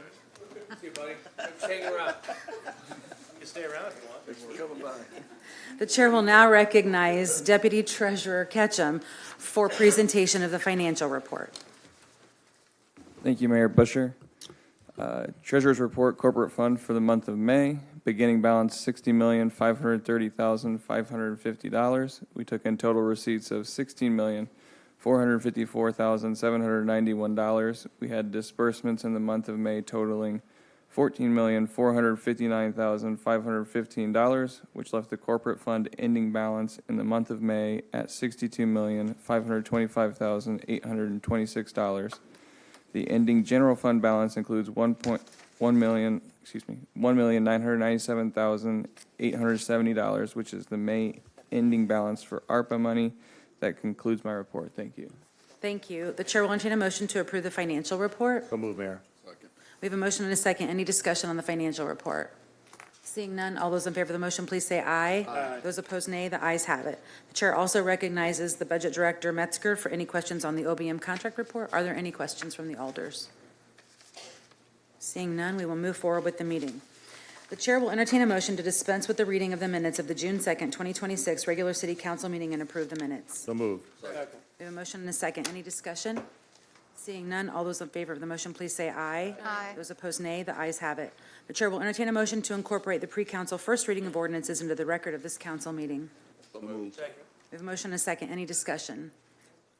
Seeing none, all those in favor of the motion, please say aye. Those opposed, nay. The ayes have it. The next item on the agenda is the consent agenda. The chair will entertain a motion to incorporate the pre-council reading of the consent agenda into the record of this council meeting. So moved. We have a motion and a second. Any discussion? Seeing none, all those in favor of the motion, please say aye. Aye. Those opposed, nay. The ayes have it. The chair will entertain a motion to place the consent agenda on final passage. We have a motion and a second. Any discussion on the consent agenda? Seeing none, voting will now be open. All those in favor of the motion, please vote yes. All those opposed will vote no. Alderman Cox, how do you vote? Yes.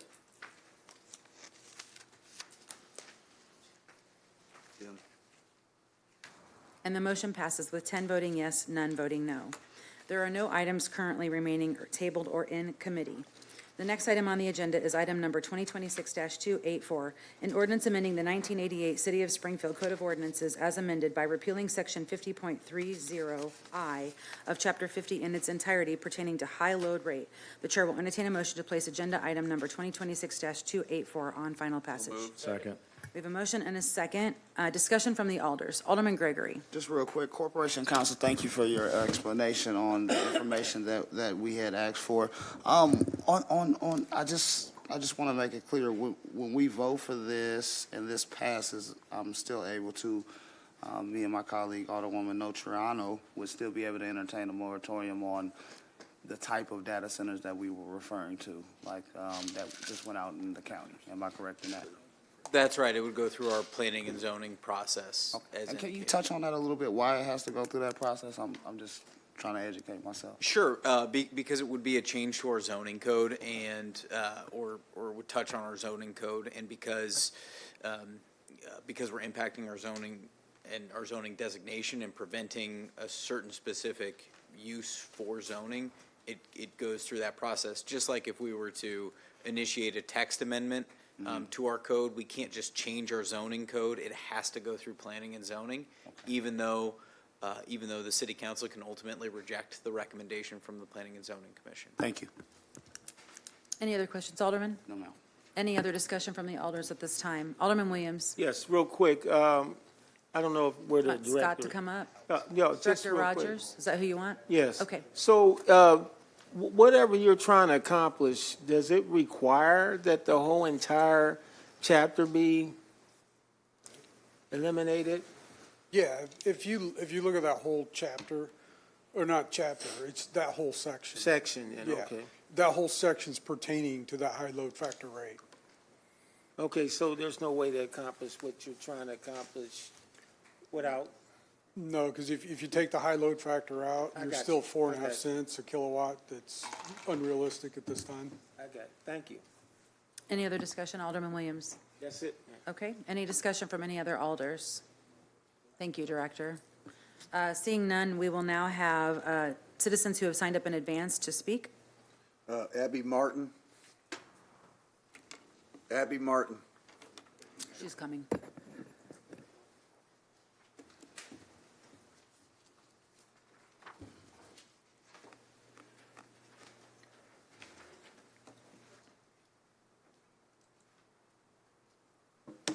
Hello. Good evening. Hello. Hi. My name is Abigail Martin, and I came here to speak on behalf of the Party for Socialism and Liberation in calling for a moratorium on all data centers and further discussion regarding their impact. And while I do support the repealing of this Chapter 50 section, as it would remove lower price rates for tech projects, specifically data centers, and require capitalists to pay their fair share, I believe I speak on behalf of many community members as I express my concern about this decision, as it raises the possibility of further data centers in Springfield. As some of you may be aware, large swaths of the Springfield and Sangamon County community are strongly against the construction of data centers in the area for a variety of reasons, including negative environmental impacts, location, energy cost, and low benefit to the community. As is becoming widely documented, data centers nationwide come with varying negative environmental impacts, such as water, air, chemical, light, and noise pollution, which worsen living conditions for citizens and drive away wildlife, as well as increased temperatures surrounding the site, which come amidst already rising temperatures. Many citizens in cities containing data centers complain of water scarcity and poor quality water, as some data centers require large amounts of water to remain cool. Water aside, the high energy demands of data centers strain local energy grids, impose higher costs on citizens, and release carbon dioxide into the air, causing greater air pollution and acceleration of climate change. Not only do data centers harm ecosystems and resources, they also have proven to be a nuisance to communities, emitting light pollution and harsh noise pollution, which irritates those who live near the centers, including wildlife. Data centers are being sold to many cities as good economic investments, but in reality, they bring worse economic conditions for citizens while costing taxpayer money and using up valuable land. The proposed Cyrus 1 data center, which was recently approved for zoning by the county board, is planned to be constructed on farmland, rendering it useless for its intended purpose, and many other data centers nationwide are similarly taking up farmland in the midst of rising food prices and loosening of regulations, creating worry about nationwide food security. In addition, data centers are disproportionately constructed in and near Black communities, leaving them to deal with the environmental and economic consequences most harshly, as data center construction also decreases local property value. Not to mention that all of this will come with very little to no benefit for the average citizen. Companies building data centers have given little information about the function of said data centers, especially considering their enormous size. As such, it is unclear how many people a data center will employ in the long term, making them a risky and expensive investment, which may not guarantee the jobs we hope it will. If these data centers are indeed used to train AI, it is also likely that said AI could be used to replace jobs, which would further worsen conditions for working people. Although it would provide temporary construction jobs, it is not worth the cost to the community, and the city should focus its effort towards other, more community-focused construction projects for union workers. All things considered, data centers provide a net negative to the community and its people, while serving outside technology corporations that seek their own wealth and growth over the wealth and growth of communities and the working class. They seek this growth through the theft of our land, our jobs, and our energy. I wish to take this opportunity to make these concerns known to you, the Springfield City Council, and urge you to take caution when considering any decision involving data centers. As such, due to the attention this ordinance's consideration brings to further data centers, the City Council must in the future pursue a moratorium on future data centers. Thank you very much. Thank you, ma'am. Donald Hanrahan.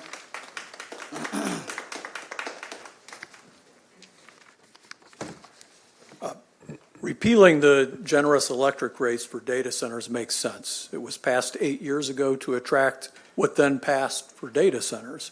Repeal is essential to protect city residents and their collectively owned utility from predatory data centers today. But massive data centers could still come. despite taking this action. Why be concerned?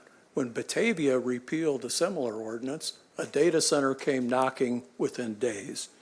Why no concern about this in 2018 when this passed, and great concern now? Data centers have been around for 30 years. What's the big deal? The answer is data centers are different today. Hyperscale data centers are different. In 2018, a data center was thought of as, a central system like used by a hospital, a separate building where there's racks of servers and the IT infrastructure using 1 to 5 megawatts of power, or a bigger internet data center for cloud storage, which used 10, 15 megawatts, a big one. That's what people thought of, and they attracted IT jobs. Sound like a good idea. Dolman 4 running at full blast can generate 200 megawatts. Nobody anticipated AI hyperscale data centers when that ordinance was passed. The one proposed and greenlit by Sangamon County is a continuous 630 megawatt data center, 3 Dolman 4s. It hogs 1.8 million square feet. It's a colossus that has nothing to do with cloud storage or pics of your grandpa and your email backup or running the internet. It has to do with large language model artificial intelligence. Instead of CPU chips, they use graphics processing units that consume 5 times the electricity of a CPU, and they create intense heat that has to be dissipated, and they can't be dissipated with cooling fans on the servers. They have to install a cooling system. Some use once-through cooling that consumes millions of gallons of water a day, but most today, including the one proposed here in Sangamon County, use what's called closed-loop cooling, like a radiator on your car. But they need big fans. Huge fans, hundreds of huge fans, and they make a lot of noise, so bad that you can hear it for a mile, and it's the source of much valid, angry opposition everywhere these things have been built. Almost all utilize diesel-powered backup generators. Sangamon County has 420 of these things, each the size of a semi-truck. Imagine that racket every time the power goes out. 7,000 gallons of diesel stored in each one of those 420 above ground. Is that what we want in the city of Springfield? Does that belong in Springfield? Does it belong in an unincorporated area that is right on the border of Springfield? Does the city's zoning really protect from this? Do we even know? I don't think it does. Are they B2? Are they light industrial? Are they heavy industrial? What are they? Shouldn't they be a whole category of their own? Maybe they should be excluded entirely. Are they subject to impact study before permitting? Are existing noise protection ordinances sufficient for a facility that generates a type of low-frequency noise not contemplated by most municipal noise ordinances? Who is looking into this? I feel like, yeah, this ordinance needs to go, but we're waving a proverbial red flag in front of these tech bro billionaires that are coming looking for data centers in central Illinois. If nobody's looking into this, well, then to paraphrase the famous astronaut, Houston, we have a problem. This ordinance should be passed, but the city might not be ready for what happens next. It isn't CWLP's power that they want. It isn't enough anyway. It's only 200 megawatts. It's their grid hookups. That's what they're coming for. Look out. The tech bro billionaires are coming for Springfield, and we better protect ourselves now, and a moratorium will give us the time to figure this out. Also, since I have 11 seconds, CWLP ought to include storm preparedness in its integrated resource plan because climate change is here. These storms are getting more frequent and more deadly, and we have to plan for it. Thank you. Thank you, sir. Any other discussion from the alders before we take a vote on the ordinance? Does any alder have anything they want to bring up or discuss before the vote? Seeing none, the voting will now be open. All those in favor of the motion will vote yes. All those opposed will vote no. Alderman Cox, how do you vote? Yes. 10-0, Mayor. Not yet, we're waiting on it. So the motion passes with 9 voting yes, 1 voting no. The next item on the agenda is 2026-293, an ordinance authorizing payment of $10,342.28 for a settlement of a demolition lien at 1021 East Phillips Avenue. The chair will entertain a motion to place agenda item number 2026-293 on final passage. So move. We have a motion and a second. Alderman Gregory. Yes. So, real quick, so we had some brief discussion. I will ask Corporation Counsel. This is a tough one to try to debate with my council members, considering the legality surrounding it. So I jotted down some notes, and I will try to dance around those details. But I'll say that I'm not arguing that the city didn't have to take down this structure. It was dangerous. There's more dangerous ones. There's more dangerous ones just a few blocks away. However, this address at 1021 East Phillips is close to the railroad, where we're trying to clear out those houses. And it appears, after much discussion with the owners of that building, that we took that down and took rather quickly, right? So it was a fire. A situation. We know we've had other situations in that area with these houses. So because we have to do our jobs or whatever, some of the fees is factored into this, right?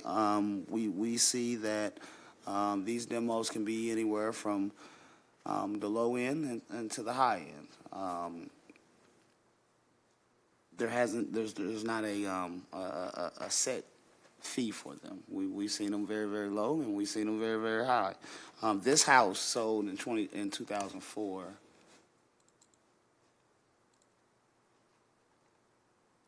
for $14,000. $14,000 is what this house sold for. Very small house, again, on the edge of that new railroad that's going up there.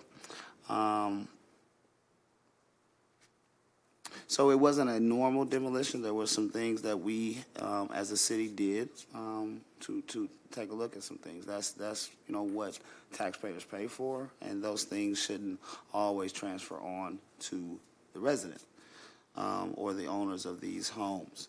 So after months and months and months of discussion with the owners of this property, because I do understand the mayor's policy. I know her policy is against waiving these fees or waiving fines for people, but there are situations, as we've been through before, where these things are necessary to do right by the residents. And certainly half of the cost of what we're pushing for is fair to remedy this issue so they can move on. And there's another house taken down in the area where we want all of those houses taken down. That's about the best debate that I can give without going into major details. However, one of the sticking points that I do want to press on this council is that there are other houses in my ward, and I'm sure in your ward, that is charred. One's right on 6th Street, right over here behind Moto Mart, not too far. It's still there. It's one 3 blocks to the east from this block, half charred, needs to come down. A danger to the community as well. They're still up. We chose to take this one down for whatever reason. However, the charges I feel are a little unreasonable, and that's why I brought this ordinance forward on behalf of the people of Ward 2. Thank you. Alderwoman Conley. Thank you, Mayor. Actually, I have a question for Alderman Gregory. Sure. Do you know what they intend to use the property of this where this house was for? Like, is there going to be a rebuild, or is that what's? I don't know the answer to that, but I would highly doubt that it would be a rebuild because of its location that it's in. I mean, That's part of the reason, I feel like we tore it down rather quickly. And had, do some of the things that we did as the city to look into it. And I will say that these situations that this house was in, many houses have been in that area, and we know why. And those costs shouldn't transfer on to the resident and the owners, in my opinion. Thank you. Yeah, and we had a good conversation about this. And I at the time, I kind of told you some of my concerns, just sort of, and I realized, my concerns were around, obviously, I have a huge buildings in my ward that have significant fines that they're generating, right, on the Ballyvon apartments. I know that there has been interest in having those fines reduced at this point in time because I've not seen any move towards coming into compliance on that property. I mean, fines, these things serve a purpose. We want people to comply with building codes. We want people to do the right thing. I think given that this is an area where we're looking to take down properties, there's kind of a dual purpose to this. It wasn't an issue of fines and penalties where they had been negligent. At least we didn't get any of that information from legal. So I just want you to know we had one conversation. I've really been mulling this one over, and I appreciate your advocating for your residents. I do think it's important that we have flexibility as a city when it comes to residents, builders, developers who are trying to do better out of a bad situation. I would love for someone to do the right thing with those Ballyvon apartment buildings. If we got to a right place with that, we could have a conversation. We're not there. But you're saying with this situation, we have property owners who want to do more development, who want to bring housing stock back in and improve other homes, correct? Absolutely, yes. And so they're trying to reinvigorate our housing stock, and the cost of this demolition is the big kind of block for them right now. Yes, in some ways, yes. Okay, thank you very much. Thank you, Mayor. Alderman Donlin. Yeah, thank you, Mayor, and thank you, Alderman, for answering the questions and for the conversations we've had about this. This isn't, and I think this is what you were alluding to, Alderwoman, this one in particular isn't about fines, it's about the costs that were involved in taking down the property. And I'm sympathetic to that, especially due to the fact that the owners are interested in developing another property. I, too, unfortunately, have a terrible apartment complex, Old Town Apartments in Ward 9, and their city does have cost involved in demoing 5 of those structures, not all of them. There were nearly 30 of them total. And, I think that each individual, first of all, Mayor, I should have said this, I appreciate the fact, because this is the proper place for us to have the conversations about whether or not we're going to waive a fee, in this case, a cost that's involved in a demo, because that should be a council decision. And but I caution myself and all of you that each one should be treated independently because the circumstances are so different. And I intend on voting for this. I think I would just ask, and I'm not asking you to commit to anything on this council, but I'll just say it this way. There may be other projects coming forward where we have to consider these types of things, and I think we should continue to have an open mind, but treat them independently and look at the overall benefit of the city, not only the areas where these are located, but it's a citywide thing. We can't just say next time because we did it for 1021 East Phillips that we're going to do it the next time, because each set of circumstances is different. We all have that prerogative anyway. I know I'm stating the obvious, but I just appreciate the way you've brought this forward, handled it, talked to us about it, and I intend to support it. Thank you. Thank you. Alderman Hanauer. Thank you. This is for Corporation Council. Are we technically still in negotiation with these, or is the negotiation ended, or what are we? So we always have the option to negotiate, but I think at this point, both sides are apart. The owner wanted a reduction in the actual lien amounts that would go below what the city actually spent. And so since it would be waiving not just fees or fines or anything like that, but actual hard costs to the city, is being presented to the city council. Okay, and I would just say this, I think that if we have homes that we didn't tear down, that it's up to my concern is if they, you know, if we're leaving it up to the owners, we should give them a deadline to tear it down, or they should, and I don't know if the homes that you've talked about, Alderman, is in admin court or not, but if they own the house and they're responsible for tearing it down, rather than us, you know, then we get into these situations where they stay up, they last for a long time, and they're an eyesore. So, I mean, from my standpoint, if these houses, and if you've got a list, they should be on admin court, because if they're not going to fix them up, they need to be torn down, and you know, I think that's something that we need to look at. We should have a set time, and obviously on some, if they're still under investigation for like arson or something like that, insurance investigation or whatever, that's going to preclude it. But we should have a set time that if within a month of a fire, it's got to come down, and it's at the owner's expense. Otherwise, you're going to see us dealing with more of these, and we don't want to take the expense.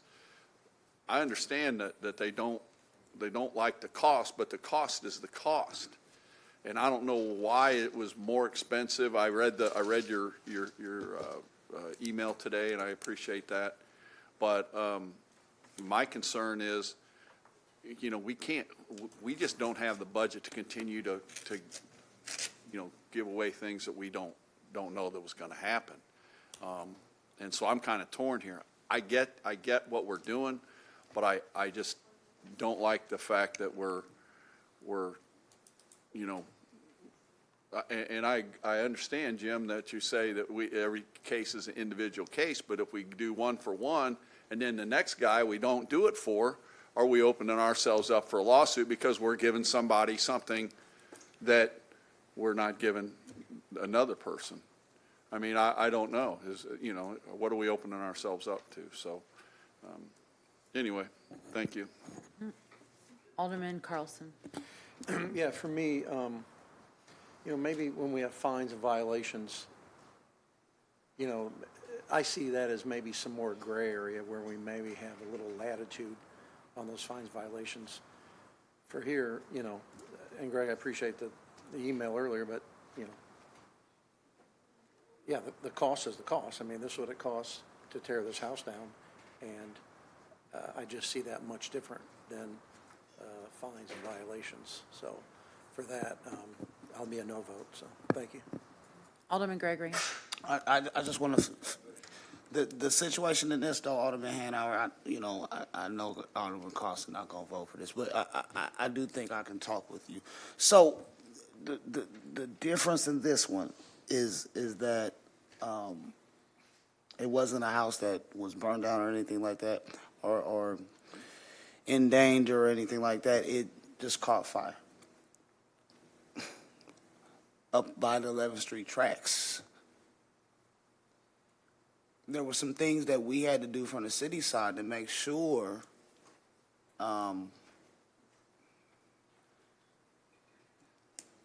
nobody was in there. I don't know if that's my fault as the property owner, right? I don't know if I should take on that type of cost, because I ain't set it on fire. I didn't expect this to happen. Then we tore it down, trying to put it out. Paused, sent notification as we're legally required. And in between that, of them getting a letter or whatever the case may be, we took action. We did what we needed to do. This resident has these charges. They felt strongly that had they received the letter or whatever in time, they could have took care of it themselves and saved them $10,000 or more. And sometimes we get in those situations, and that's why this is here, not to take any responsibility or that we did something wrong. It's more so trying to help a citizen out in our city that had a piece of property that went into a bad situation. Move on, develop more property, be good citizens, and try to help rebuild, especially, Ward 2. So and that's why I brought this. And it wasn't a light bring. I mean, I've been talking to these residents since November, really looking at the facts, talking with Murdoch, knowing how the mayor feels on it, not wanting to bring it. So, it was a tough thing to do, and so I appreciate you for hearing me out. Anything else, Alderman Gregory? No, ma'am. Okay. Alderwoman Notriano. Thank you, Mayor. I have a quick question. So we, the City of Springfield Department of Public Works, the labor was furnished by us, and the equipment cost, I'm a little bit confused. Did we have to go out and rent equipment, or? No, that's the operating cost that Public Works incurs for using that equipment for that amount of time. I see. So when we're talking about the actual cost to the city here, it's really more of opportunity costs. Like our workers and that equipment couldn't be on a other project because it had to do this, right? I wouldn't say it's that simple, because the way the city operates, there's interdepartmental billing. Okay.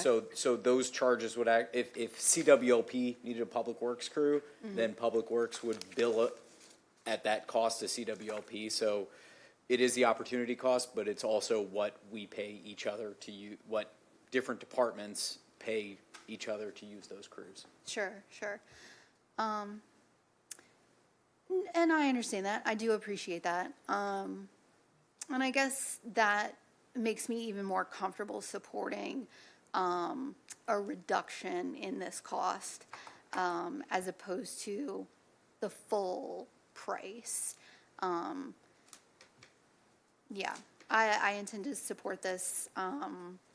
It's an unfortunate situation, but I think that when we're talking about money in the budget, we were going to spend this somehow, some way,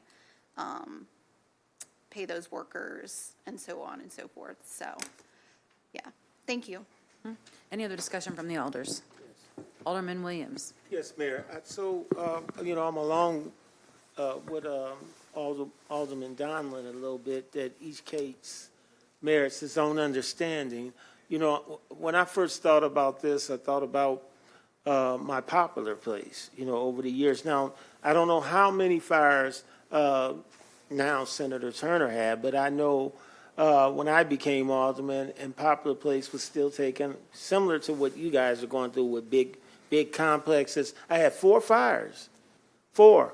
And I can remember them being boarded up, and I'm like, that's dangerous. Well, why I believe it's case by case, there was nobody in none of the units, and in the whole development was empty. And the other piece, corporate counsel, was federal money was involved. We was going through something, with Ida and trying to get it, and it's beautiful today, but we had to live with those 4 units burnt up and boarded up and that kind of thing. And I just want us to remember, this is a single-family home. And we can't get lost in comparing it with big apartment buildings and complexes, and because those are different. So I'm kind of like, Donlin, I'm going to support it, but mostly because it's a single-family home and a single owner dealing with this, not a corporation or a company. So that's all I want to say, Mayor. Thank you. Thank you. Any other discussion from the alders? Seeing none, the voting will now be open. All those in favor of the motion will vote yes. All those opposed will vote no. Alderman Cox, how do you vote? No. And the motion passes with 7 voting yes, 3 voting no. From there, we're going to go to unfinished business. I would like to thank the city staff that worked at all of the 4 Community Connections events we had and all the community members that came out and saw our open houses. We finished them up last night with the water filtration facility, which was really cool, right, Robert? So thank you all for coming out. Any alders have any unfinished business? Alderwoman Purchase. Thank you, Mayor. Director Fuchs, Oh, David, he you're not thought he off was the gonna get hook. away today. Just getting comfortable.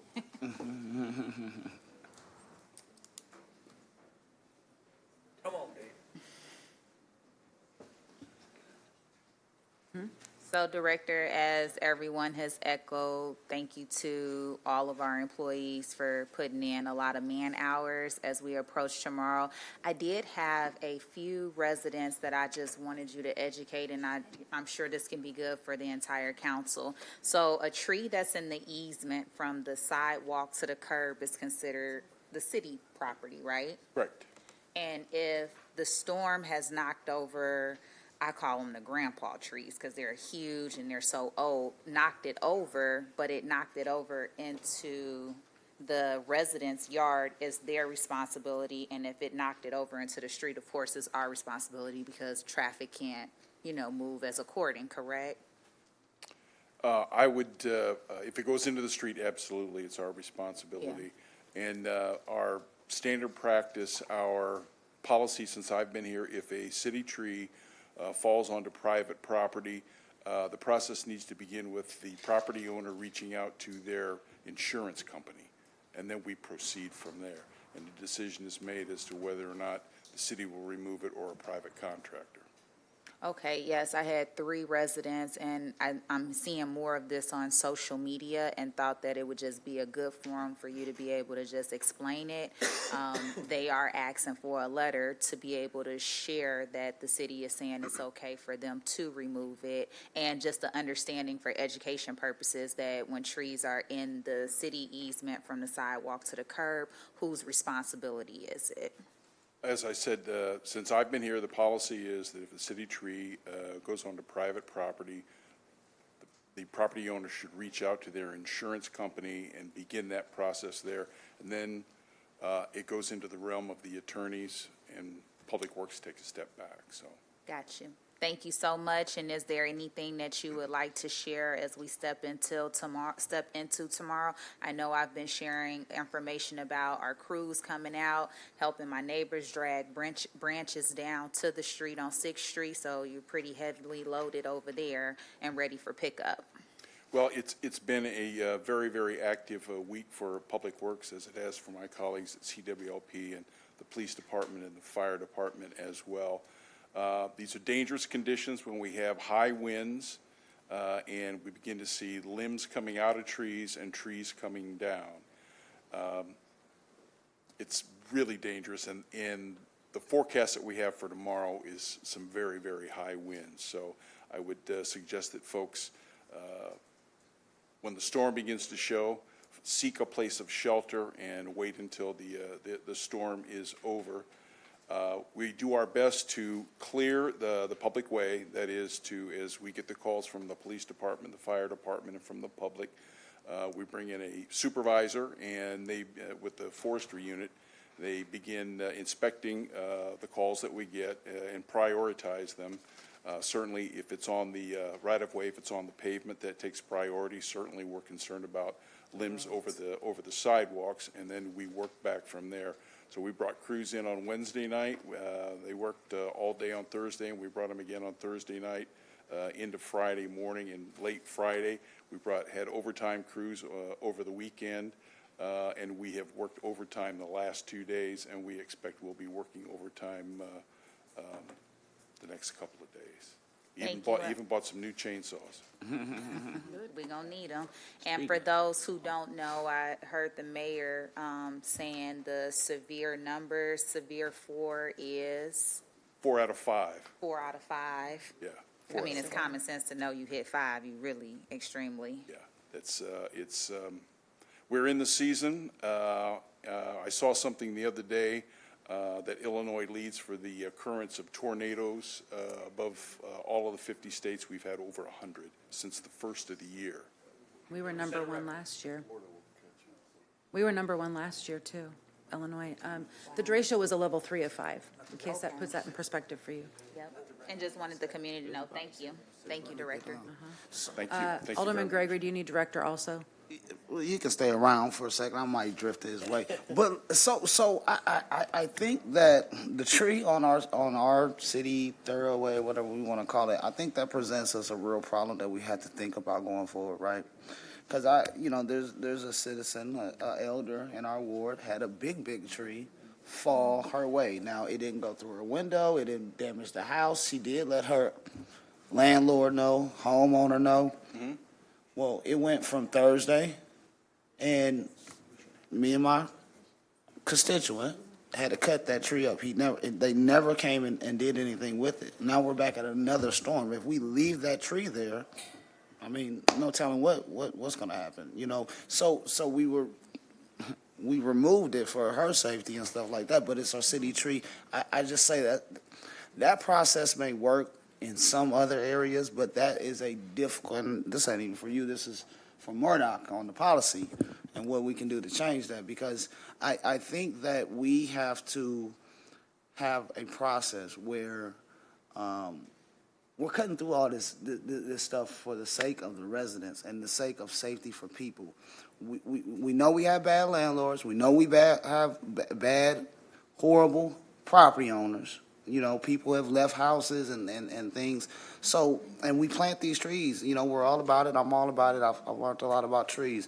But they're old and they're falling. And if they're going to fall in the people's yard, then I just feel it's our responsibility to come get them. We have to figure that. We can't just let, and, you know, the mayor asked me earlier to send her a list of places that we need to check on, or zone manager to check on. But a lot of the time, the people need action. They ain't calling for a zone manager to come by and talk with them. They want somebody to come get this tree so they can get out. She's older. She uses a ramp. It's blocking the ramp, you know. So, and going from Thursday until, Monday, like that, stuck in the house is tough. It's tough for an 85-year-old person to do that. And so I have a real problem with that, particularly with you know, property owners and landlords. Not giving immediate responses to their properties. And yes, you're going to have to spend some money. Yes, you're going to have to do something. But we have to take care of our properties and help our constituents out when they stay in these rental properties. You know, and that's what we're dealing with mostly. You know, the community has to get out and go help people because their homeowners or their landlords are not responding quick enough. You know, and we have to look at that and look at our policy and see how we can do some emergency things in the name of safety for the residents that we serve daily. I appreciate you, sir. Just because we're in new business, I just want to shout out. We're still unfinished. We're unfinished? All right, I'm sorry. Anything else for See, I unfinished? told you I need you like that, though. Anything else for unfinished, Alderman? No, ma'am. Okay, Alderwoman Conley. Thank you. I'm actually going to kind of build on Alderman Gregory. I think we need to be very careful when we as the city are saying, okay, this is our city tree. It fell into your yard instead of our street. My concern is we're providing a disincentive for people to plant trees or to support trees being planted on that city property because, okay, fine, but now if this falls off, it doesn't hurt my house. It just landed in my yard. But again, I had trees like this all over my ward where they're huge branches. I don't have a chainsaw big enough to help people with that. And I'm clumsy. I'd probably cut something of myself off. I'm a trained I think we really need to be careful when we're saying that's your insurance first and then legal gets involved in it. We do want to encourage tree planting. We want to encourage that as much as we can. One of our responses to what we're seeing with these changing climates, we want to be able to pull up those rainwaters so that they don't overwhelm our storm sewers, which, again, people, I mean, just say it, I'll say it a million times, if the water is over the road, turn around, don't drive through it. One of our responses to that, though, is, hey, let's plant more trees. Our urban tree movement has been vigorous. I support it. I think we all need to be. But when we then come on the other side of that and say, but it landed in your yard and we planted it, it's on our property, but now it's your problem. I understand where you're coming from with this, Dave, and I appreciate it, but I'm going to agree with Alderman Gregory. That's not even just for landlords and rentals. Mine was a homeowner. Yeah, there are changed it, so low-income it ain't just homeowners landlord. in town, and I Sure, think I'm we need to talking be about my very ward. careful Man. that we're not setting up sort of a disincentive for us to do one thing that I know is very important to being part of that climate response. So it's not a conversation to finish today, but I do think we need to start it, and I'd certainly be interested in ways that we can explore this and make sure that, you know, we're being fair and reasonable. If it causes damage to the house, that's an easier, you know, if my neighbor's tree falls on another neighbor's house, the person who had the tree fall on them, they call their insurance. And that's kind of a straightforward.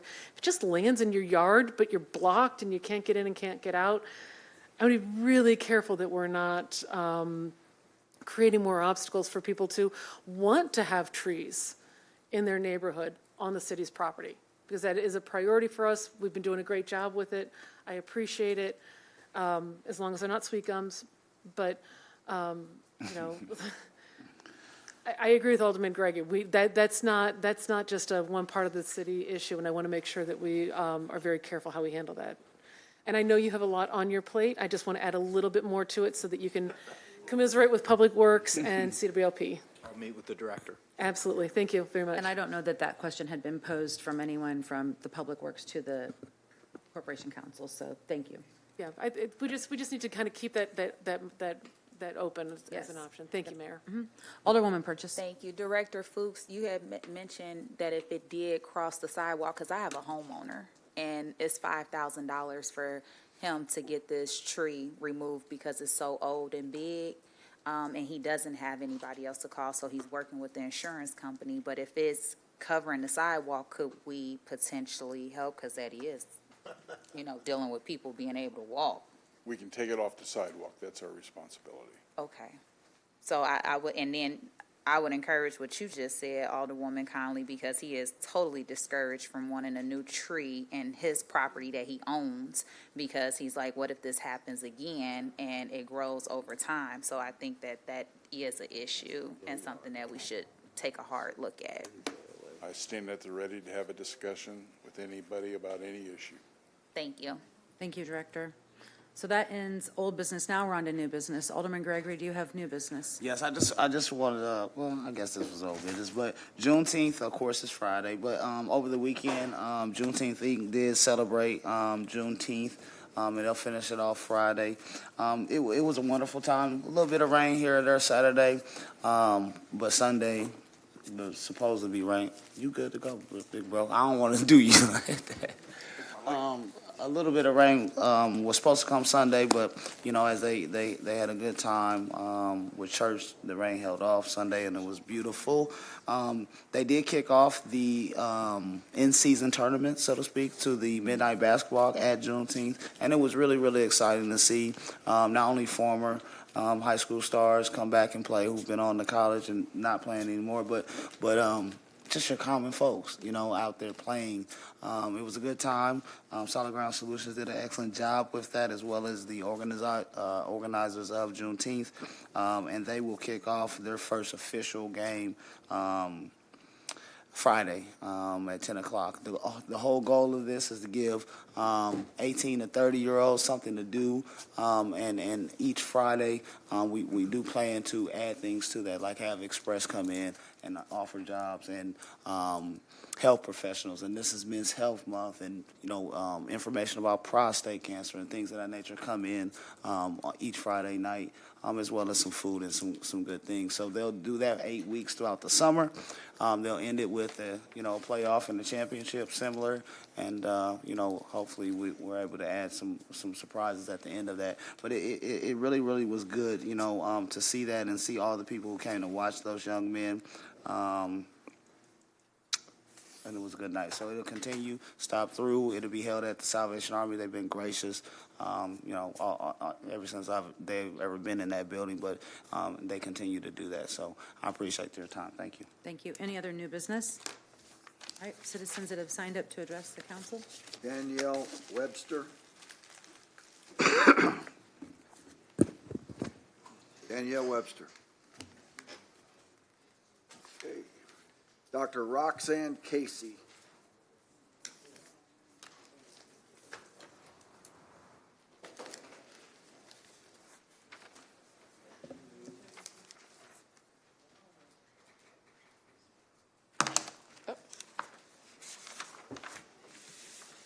We are better together. Good evening, everyone. My name We just said good evening. is Dr. Roxanne Casey. I'm here today as a community member. I am a community leader, but I stand this evening as a community member. I come to say we are better together. I often heard this phrase while growing up in a family of 17 in the inner city of Chicago. We are all we got. We are better together. As leaders, you all have seen the best and the worst approaches when community members have confronted you about the need for adequate assistance or immediate attention to address a community matter. I believe that when our voices are not heard and doors are slammed shut to adequate resources and help, it creates a disconnect and disunity with leadership in community. Currently, we have many community organizations that address concerns and meet the needs of our community. I ask that this administration develop a mayoral community organization roundtable. This is not to police the community organization, but give the mayor and the leadership of Springfield an opportunity to sit down with 1 or 2 leaders of each community organization to learn and hear the progress, the setbacks, the areas that can be enhanced, and areas where each organization can partner with the mayor, her team, and other leaders for the common good for each member in Springfield. For example, there can be a quarterly meeting with the mayor community organization roundtable to discuss how the organizations can designate a person to work on establishing the Massey Commission 26 calls to action. Another example regarding safe housing and landlord licensing is for the organizations to collaborate on a housing booklet and 1 to 2 hour in-person class on basic home upkeep and management, which can be required of tenants to reinforce the importance of caring for their rental units. In order to be better together and enjoy the peace and prosperity of Springfield, there must be an effective working relationship between those in authority and community organizations to meet the needs of our city. Because of this, I firmly believe that we are to pray for those who are in authority, that we may lead a quiet and peaceable life in all godliness and honesty. Also, I firmly believe in praying unto God for the peace and prosperity of the city of Springfield, because if it prosper, we too will prosper. We all know that there is a thin line between the church and the state that limits the churches from working with the governing body of the city of Springfield or the state. But there is no controversy between the creator of heaven and earth, God the Father, God the Son, and God the Holy Spirit, and people, especially his people. The Ministerial Alliance has been fasting and praying 7 days a week since 2024 for our city and for everyone who sits in the seats of authority. So again, I ask that the administration develop a mayoral community roundtable, not to police the community organization, but to come alongside to assist each organization in building and fortifying unity in the Springfield community. Thank you very much. Triona Johnson. Rakisha Bright. Kinder Bright. Tamika Seymour. Tamika's here.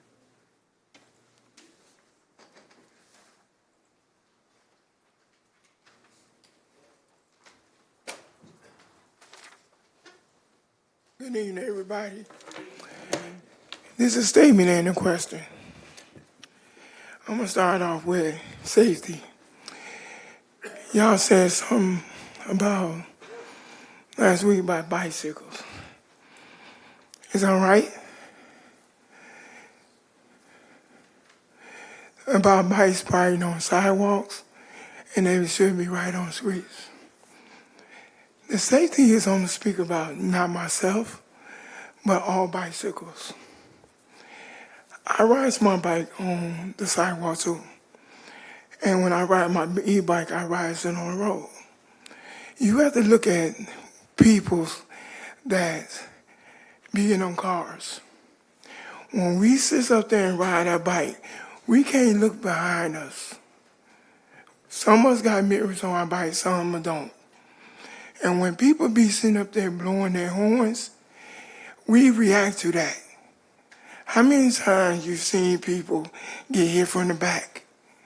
And the ones that get hit from the back, they never survive.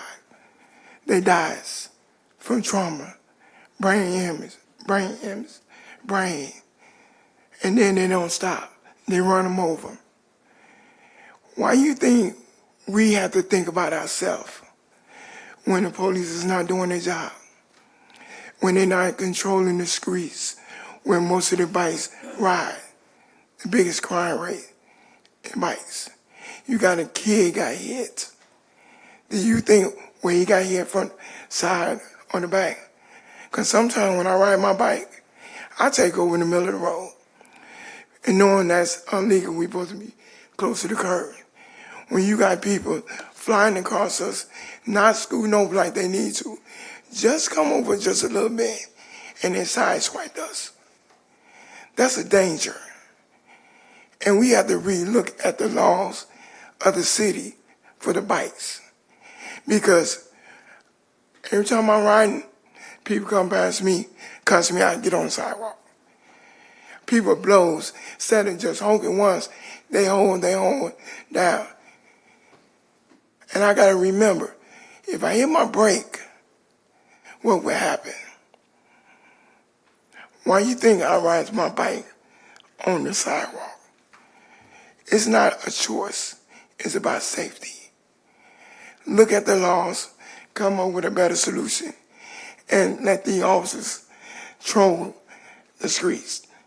Because Saman County, hard. Ennis Park area, hard. I can tell you the exact time they come through there. Do you think the people come through there doing 20? They come through there doing 50, 60, 70 miles an hour. On 8th Street, 7th Street, 6th, 5, and 4. Stevenson, Clear Lake, Wabash. Do you want me to go? I can go more streets than that. Because I just rode all of them. Let's think about the safety. And take a moment of silence for that little kid got hit over on the east side.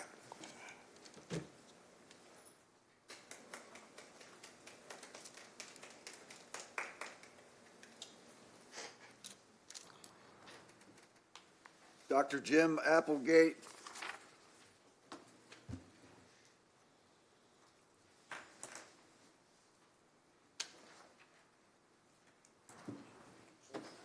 Thank you very much. That'll help pass. Good evening, and thanks for your stick-to-itiveness tonight. I'm Dr. Jim Applegate, former Executive Director of the Illinois Board of Higher Education and a member of the Coalition for Springfield's Utility Future. You should all have copies of my remarks and the references supporting them soon. Springfield has wisely included in the last 2 years funding to create an integrated resource plan, an IRP, which you've heard a lot about over the years, for Springfield's energy future. What is that? It is in a rapidly changing energy environment. It makes sense to engage experts to assess the various alternatives for providing Springfield the energy it needs in the coming years in a way that is the most economic, reliable, safe, climate-friendly, adequate to projected needs, and most importantly, fair to all concerned.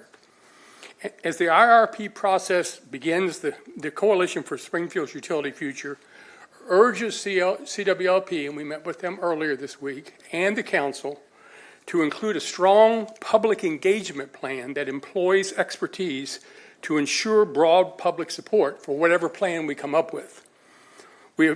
Springfield is not at the cutting edge of IRP development. Hundreds of communities across the country have plans in place to ensure that affordable, reliable, climate-friendly energy. Their work makes one thing very clear. One of the important components of effective plan development is meaningful public involvement at every step of plan development. It makes a difference between just a plan and an effective plan. Now, fortunately, the strategies for ensuring meaningful public engagement in the development of an integrated resource plan are readily available. You have a reference list now. What is absolutely not a meaningful plan for engagement is hiring experts, developing a plan, and then at the final stage, posting it and asking for comments. Before I came to Illinois, I headed a large national foundation. We spent millions of dollars in communities across the country to engage communities in important conversations to improve the quality of life. And this is what that involves. It looks like this. Ensure public input at every stage of plan development, from the selection of vendors to final implementation. Ensure adequate reach, and this is really important, with all impacted communities using multi-channel inclusive outreach to reach those communities. Too often, those most impacted by our public plans are not in the decision-making process. Create meaningful opportunities for collaboration that are interactive. Solicit opinions and insights from residents. Do not just ask for responses to pre-approved proposals. Systematically record input that can be then used to inform your decision-making going forward as we develop that plan. Report out regularly on how the community input is being used and impacting decisions at every step of the process. People will not stay engaged if they feel like their suggestions are disappearing into the ethosphere. And maintain a transparent, organized record of outreach, participation, and follow-up to build trust. The Coalition for Springfield's Utility Future, with its many organizations, is willing to work with CWLP to bring people to these meetings. However, I can tell you from past experience, the hard work of setting up public meetings that engage diverse voices from across our community, assembling the input from those meetings into data for use in plan development, and sharing outcomes with the public will require an independent effort from people who know how to do this. One approach would be to include this work as a responsibility of whoever, for the vendor that is selected as the IRP, for the IRP analysis. Another approach would be to use a small part of the funds to employ an independent firm. Either way, whatever it takes. However we do it, though, let's make sure, as we develop this IRP, that the people's voice is heard in the development of the people's plan for the people's energy future. Thank you. Alderman Williams. Yeah. Did I hear you correctly? I'm sorry. You met with Yeah, we had a meeting this week. earlier. Was there a timeline or any kind of time frame established on? Well, it's our understanding from CWLP that they're moving forward with this, that their person is being put in charge of it. It's going to move forward. And what we discussed with them and what I'm saying to you is, you know, you have experts who do all this technical analysis, you know, of stuff. But that's not the plan. What that does is it provides you with options for different ways to go for your energy. But then the plan is something that has to be developed, and it's got to be a 20-year plan with 5-year interims where you're going to talk about what are we going to do in the first 5 years to move forward, and then after 5 years you come back to it and say, well, what worked and what didn't. That's where you need the public input, because we're talking this plan will have an effect on rates. This plan will have an effect on the climate in our community. This plan will have effects on people. And that's why, you don't, not to be critical, but you don't want a situation like this where people just come up and spout, and then they go sit down, and that's it. What you want are meetings where people get to come, talk about what they'd like to see in such a plan, talk about what they want, talk about what they care about and what they're concerned about, and feed that into the process of decision-making around how to develop the plan. That's what works. That's what gets the community engaged. And then you have support. You guys have the support of the people. It's not like it's something that was imposed upon them. Well, I agree with you 100%. I mean, engagement, me and Director Brown had went around in previously about he wanted to wait until some kind of bill was going on down at the state legislature, which delayed us with a lot of this. I'm so happy to hear that you have had a meeting. I am going to take the time to visit these links because someone put a nice piece together here and see what I can learn from the links and how we can apply it here in Springfield. So thank you for your efforts and your time, and hopefully we'll get this plan developed. I look forward to Alderwoman working, Conley. and we want to work with you on this to Sir, get there's- people engaged. Sir, there's someone else signed up to speak. Hang on just one second. Alderwoman Conley. Thank you, Mayor. No, I actually just wanted to also echo, I appreciate that you brought links and I appreciate the copies. If you could email this, would it be possible Sure, to email a copy of absolutely. this Yeah, too? 'Cause no problem. that way I don't use as Oh, much paper. oh, yeah. I will lose a piece of paper, but Oh, thank no, you very I much will- for bringing Who I will find who do I need to get them to you guys. I will get. Can you write down Tim's email for him? Tim Griffin will Yeah. send it out to all. Okay, all of right. us. I'll do get that. it to Yeah. you, yeah. Yeah, and as I said, this community engagement stuff, it's not rocket science. No, I mean, but- it's the Institute for Local Governments, everybody's done, and you really want that because you want people to support what you come up with. Council Coordinator's Office is getting you a business card if she'll bring it out to you, okay? Okay, thank you so much. Thank you so much. Appreciate your time, and again, thanks for your stamina. Angela Young. Angela Young. Ken Pesha. Ken Pesha. Ken Pesha. He's tired from Juneteenth. I hurt my back moving one of those city trees. Oh, Sean told me you looked you. Thing was huge, man. My neighborhood's full of 75-year-old trees, so that happens quite often. But I digress. We talk a lot about the idea of civility. I heard an interview with our mayor not too long ago with Mr. Madonia, where Sam at the end of his program noted that we here at City Council that speak may be engendering sympathy for the mayor with our rhetoric and our tone and our approach. And I have to question that. I really do. It seems odd to me that I, as an average citizen, should maintain my decorum at all times when we talk about the frequency of damage that's inflicted upon the communities in our city. I mean, I was pretty upset talking about a 14-year-old boy being tackled by the police last week, and I'm not really sure that that should engender sympathy for anyone that's on the receiving end of that. When you sit in silence while your police chief stands up here and justifies it and starts trying to tell us that teenagers need to know what Terry stops are, it starts to get a little frustrating that civility seems almost like a false veneer. He doesn't have that civility for his citizens, so why do you have that civility for him? Why do we tolerate that from leadership? This idea that we should be nice about it all the time. Well, that, quite honestly, is for private debate. I had a great meeting Monday with somebody that I disagree ardently on a lot of things, and we sat down and we talked about it. But guess what? They're not in charge of a $63 million city fund right now. They don't get the right to deny services. They don't get to let police chiefs kick community stakeholders out of their office and tell us this is a discussion, not a debate. As though that's how a police chief should talk to the people of this community, or how they should deploy themselves within our own communities. Civility and decorum is used to silence the voice of the marginalized, the oppressed, the people that are upset about being mistreated, frequently. I've been subject to it throughout my whole life. Ken, calm down.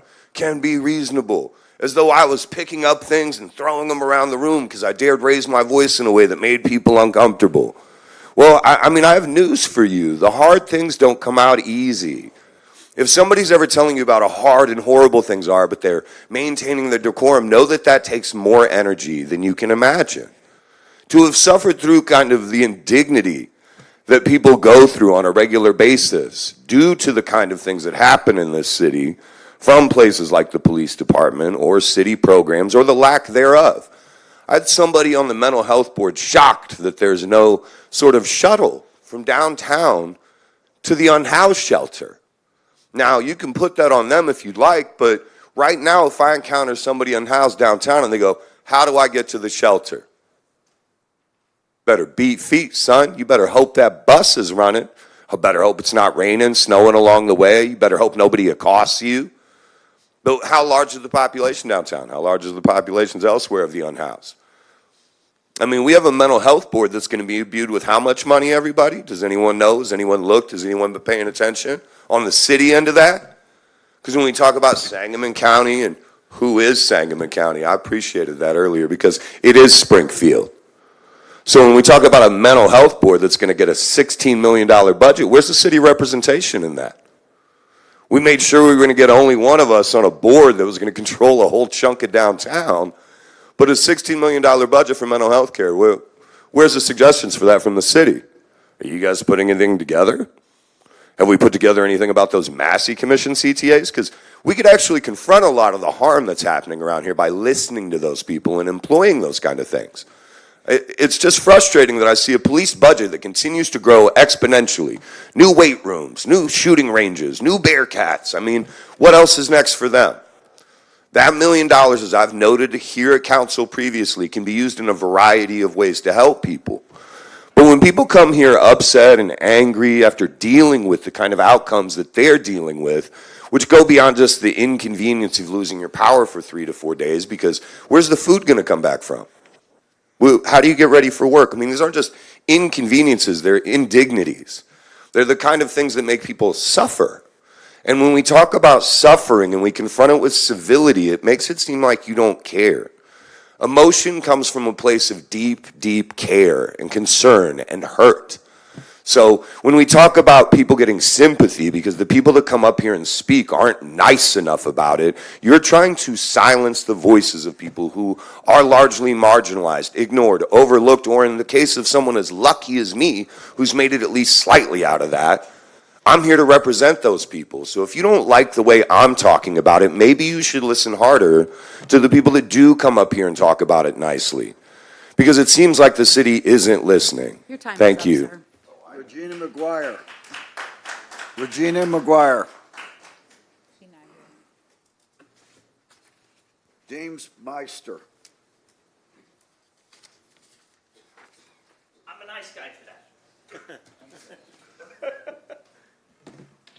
Hold on a second here. I hate technology. All right, start out with, if my car damages your property, I and my insurance is responsible. If my tree falls in your yard, I, as a homeowner, and my insurance is responsible to take care of your yard. Tired of this, it's our policy. What's the city ordinance on this? Not what's our policy. Policy is whatever I make up or you make up or he makes up. What's the city ordinance? If there is no city ordinance, make one. Help the citizens. Our line workers, he did not give you the first step to make the city safe. Our line workers are out there during the storm, getting the lines shut off and off the streets so that first responders can get through. Our city guys, as soon as the line workers make it safe, they're out there trying to get the poles and trees out of the road so that first responders can get through and citizens can get through. Repair is not the first thing, safety is. So I give them applause. My suggestion on the alarms is add a 10-mile buffer to the city of Springfield and add this to their requirements. If Chatham's alarms go off, set ours off. Athen's alarms go off, set ours off. I don't see everything, do you? Okay. What I came here for was bicycles. I'm going to read city ordinances, only a part of it though. Bicycle Advisory Council. There is hereby established a Bicycle Advisory Council which shall be, sorry, I'm old. subordinated in the executive assistant to the mayor for the purpose of administrative supervision of bicycle advisory councils shall consist of 9. That needs to be revised. I don't think we need that many. Members appropriated by the mayor. Membership shall be voluntary, and members of the council shall not receive any compensation for their services. I volunteer for this. I ride bicycles. I ride motorcycles. Like I said last week, I know the laws. From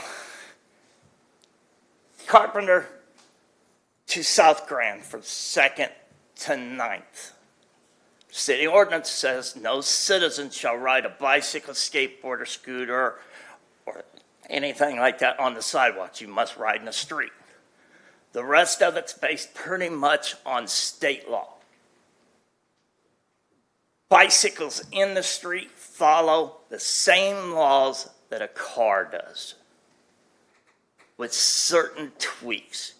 You're required to have a headlight that can be seen up to 500 feet. You're required to have a reflector on the back that can be seen up to 200 feet away to ride it on the street. Otherwise, it's not allowed on the street. If you ride a bicycle on the sidewalk, you must stop at the street, walk it across.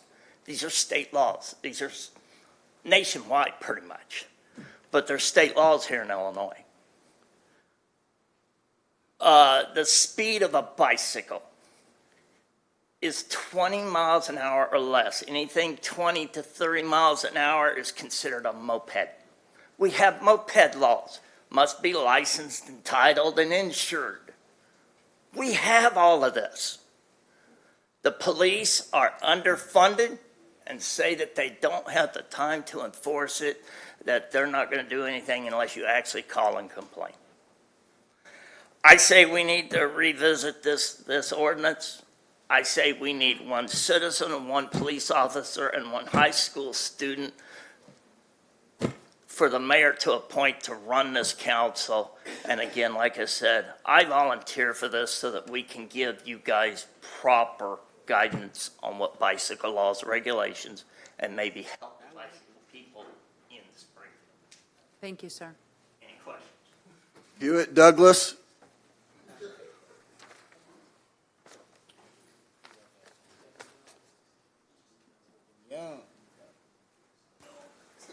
Oh, boy.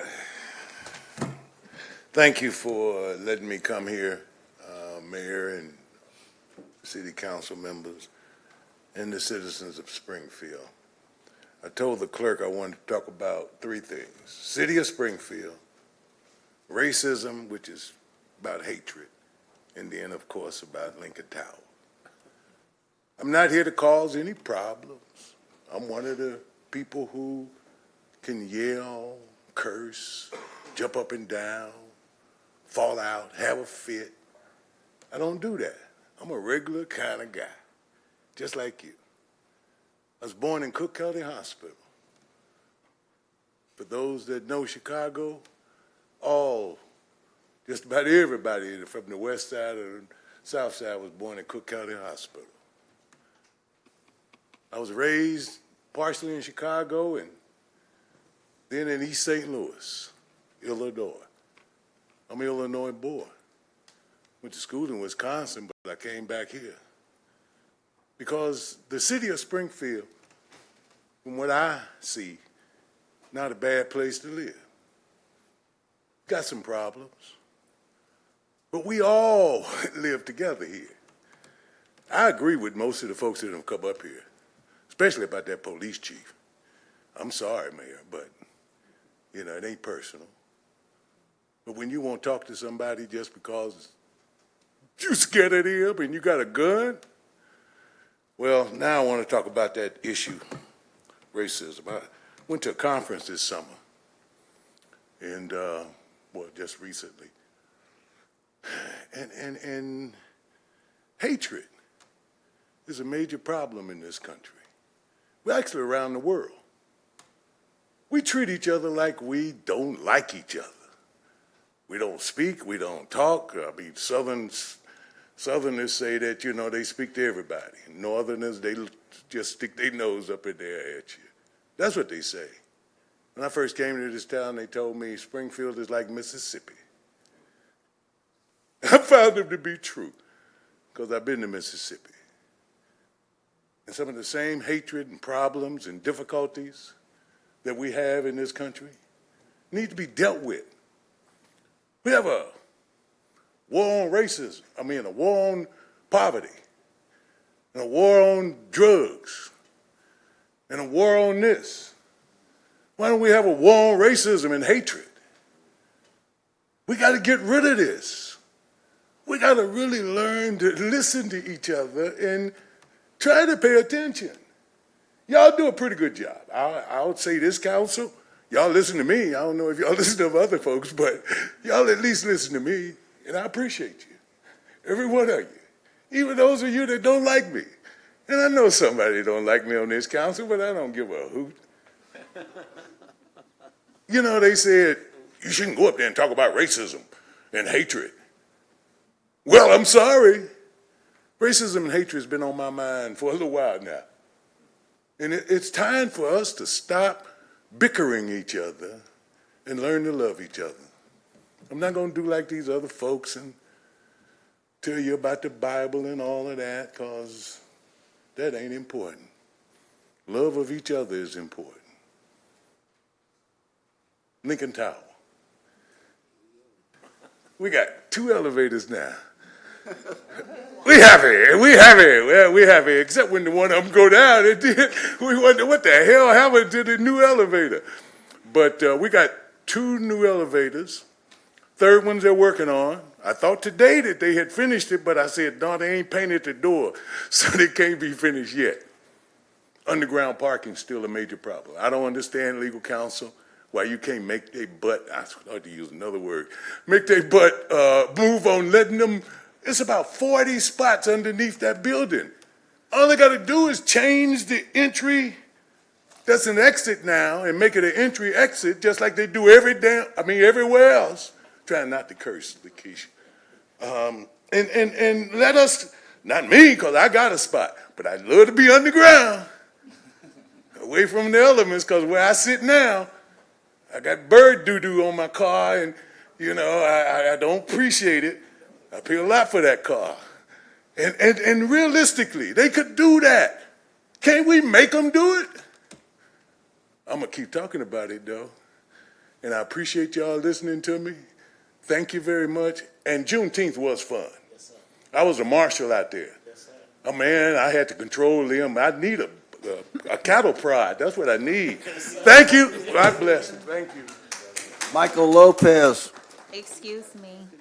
Oh, Alderwoman Purchase signed up to speak. Sorry about that, Mr. Thank you, Lopez. Mayor. I just wanted to say thank you, Mr. Douglas, for bringing us an update, as well as Corporation Council. Just for my council members, Mr. Douglas walked us through the underground and showed us where things were okay to be, and Corporation Council did reach out to Lincoln Towers and let them know that, and tell me if I'm speaking out of turn, that it was okay for that area. So I'm not understanding it's very safe over there, but it is the exit.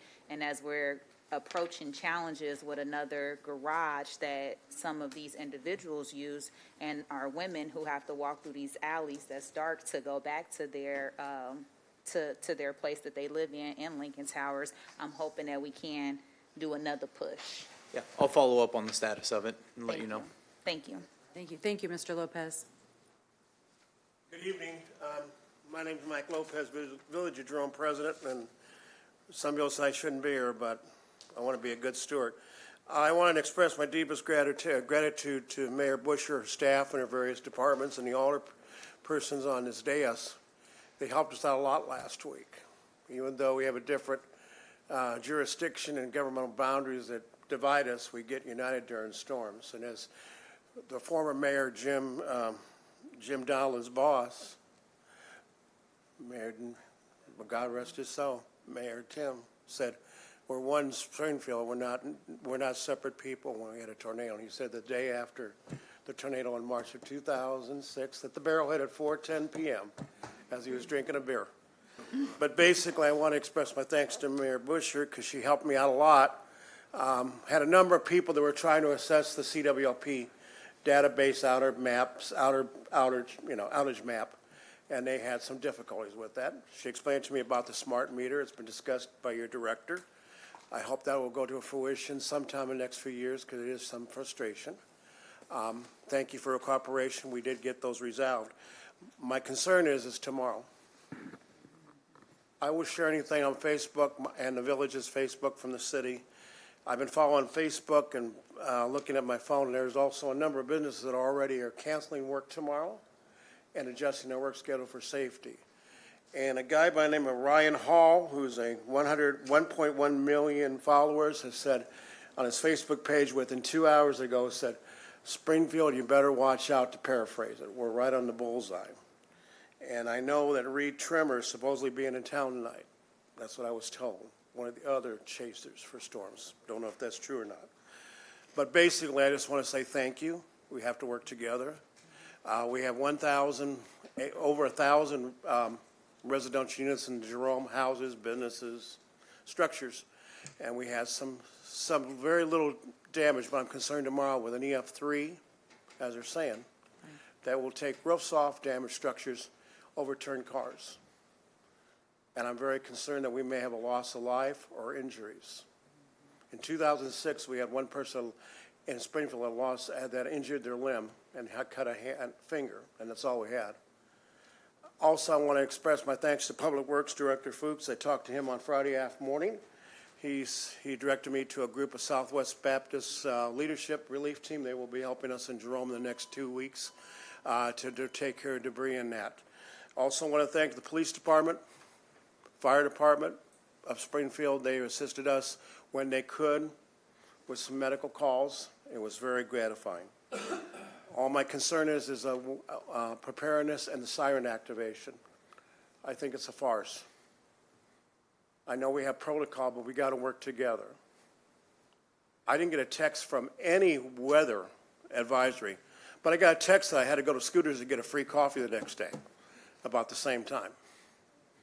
We got to work better at this because we got to notify people, and it could be a potential for loss of life and injuries that people could be foregoing from. So in closing, we thank you for your efforts and your time and your assistance. We have limited resources versus the city of Springfield, which has greater resources, but they're limited to the dollars and the personnel.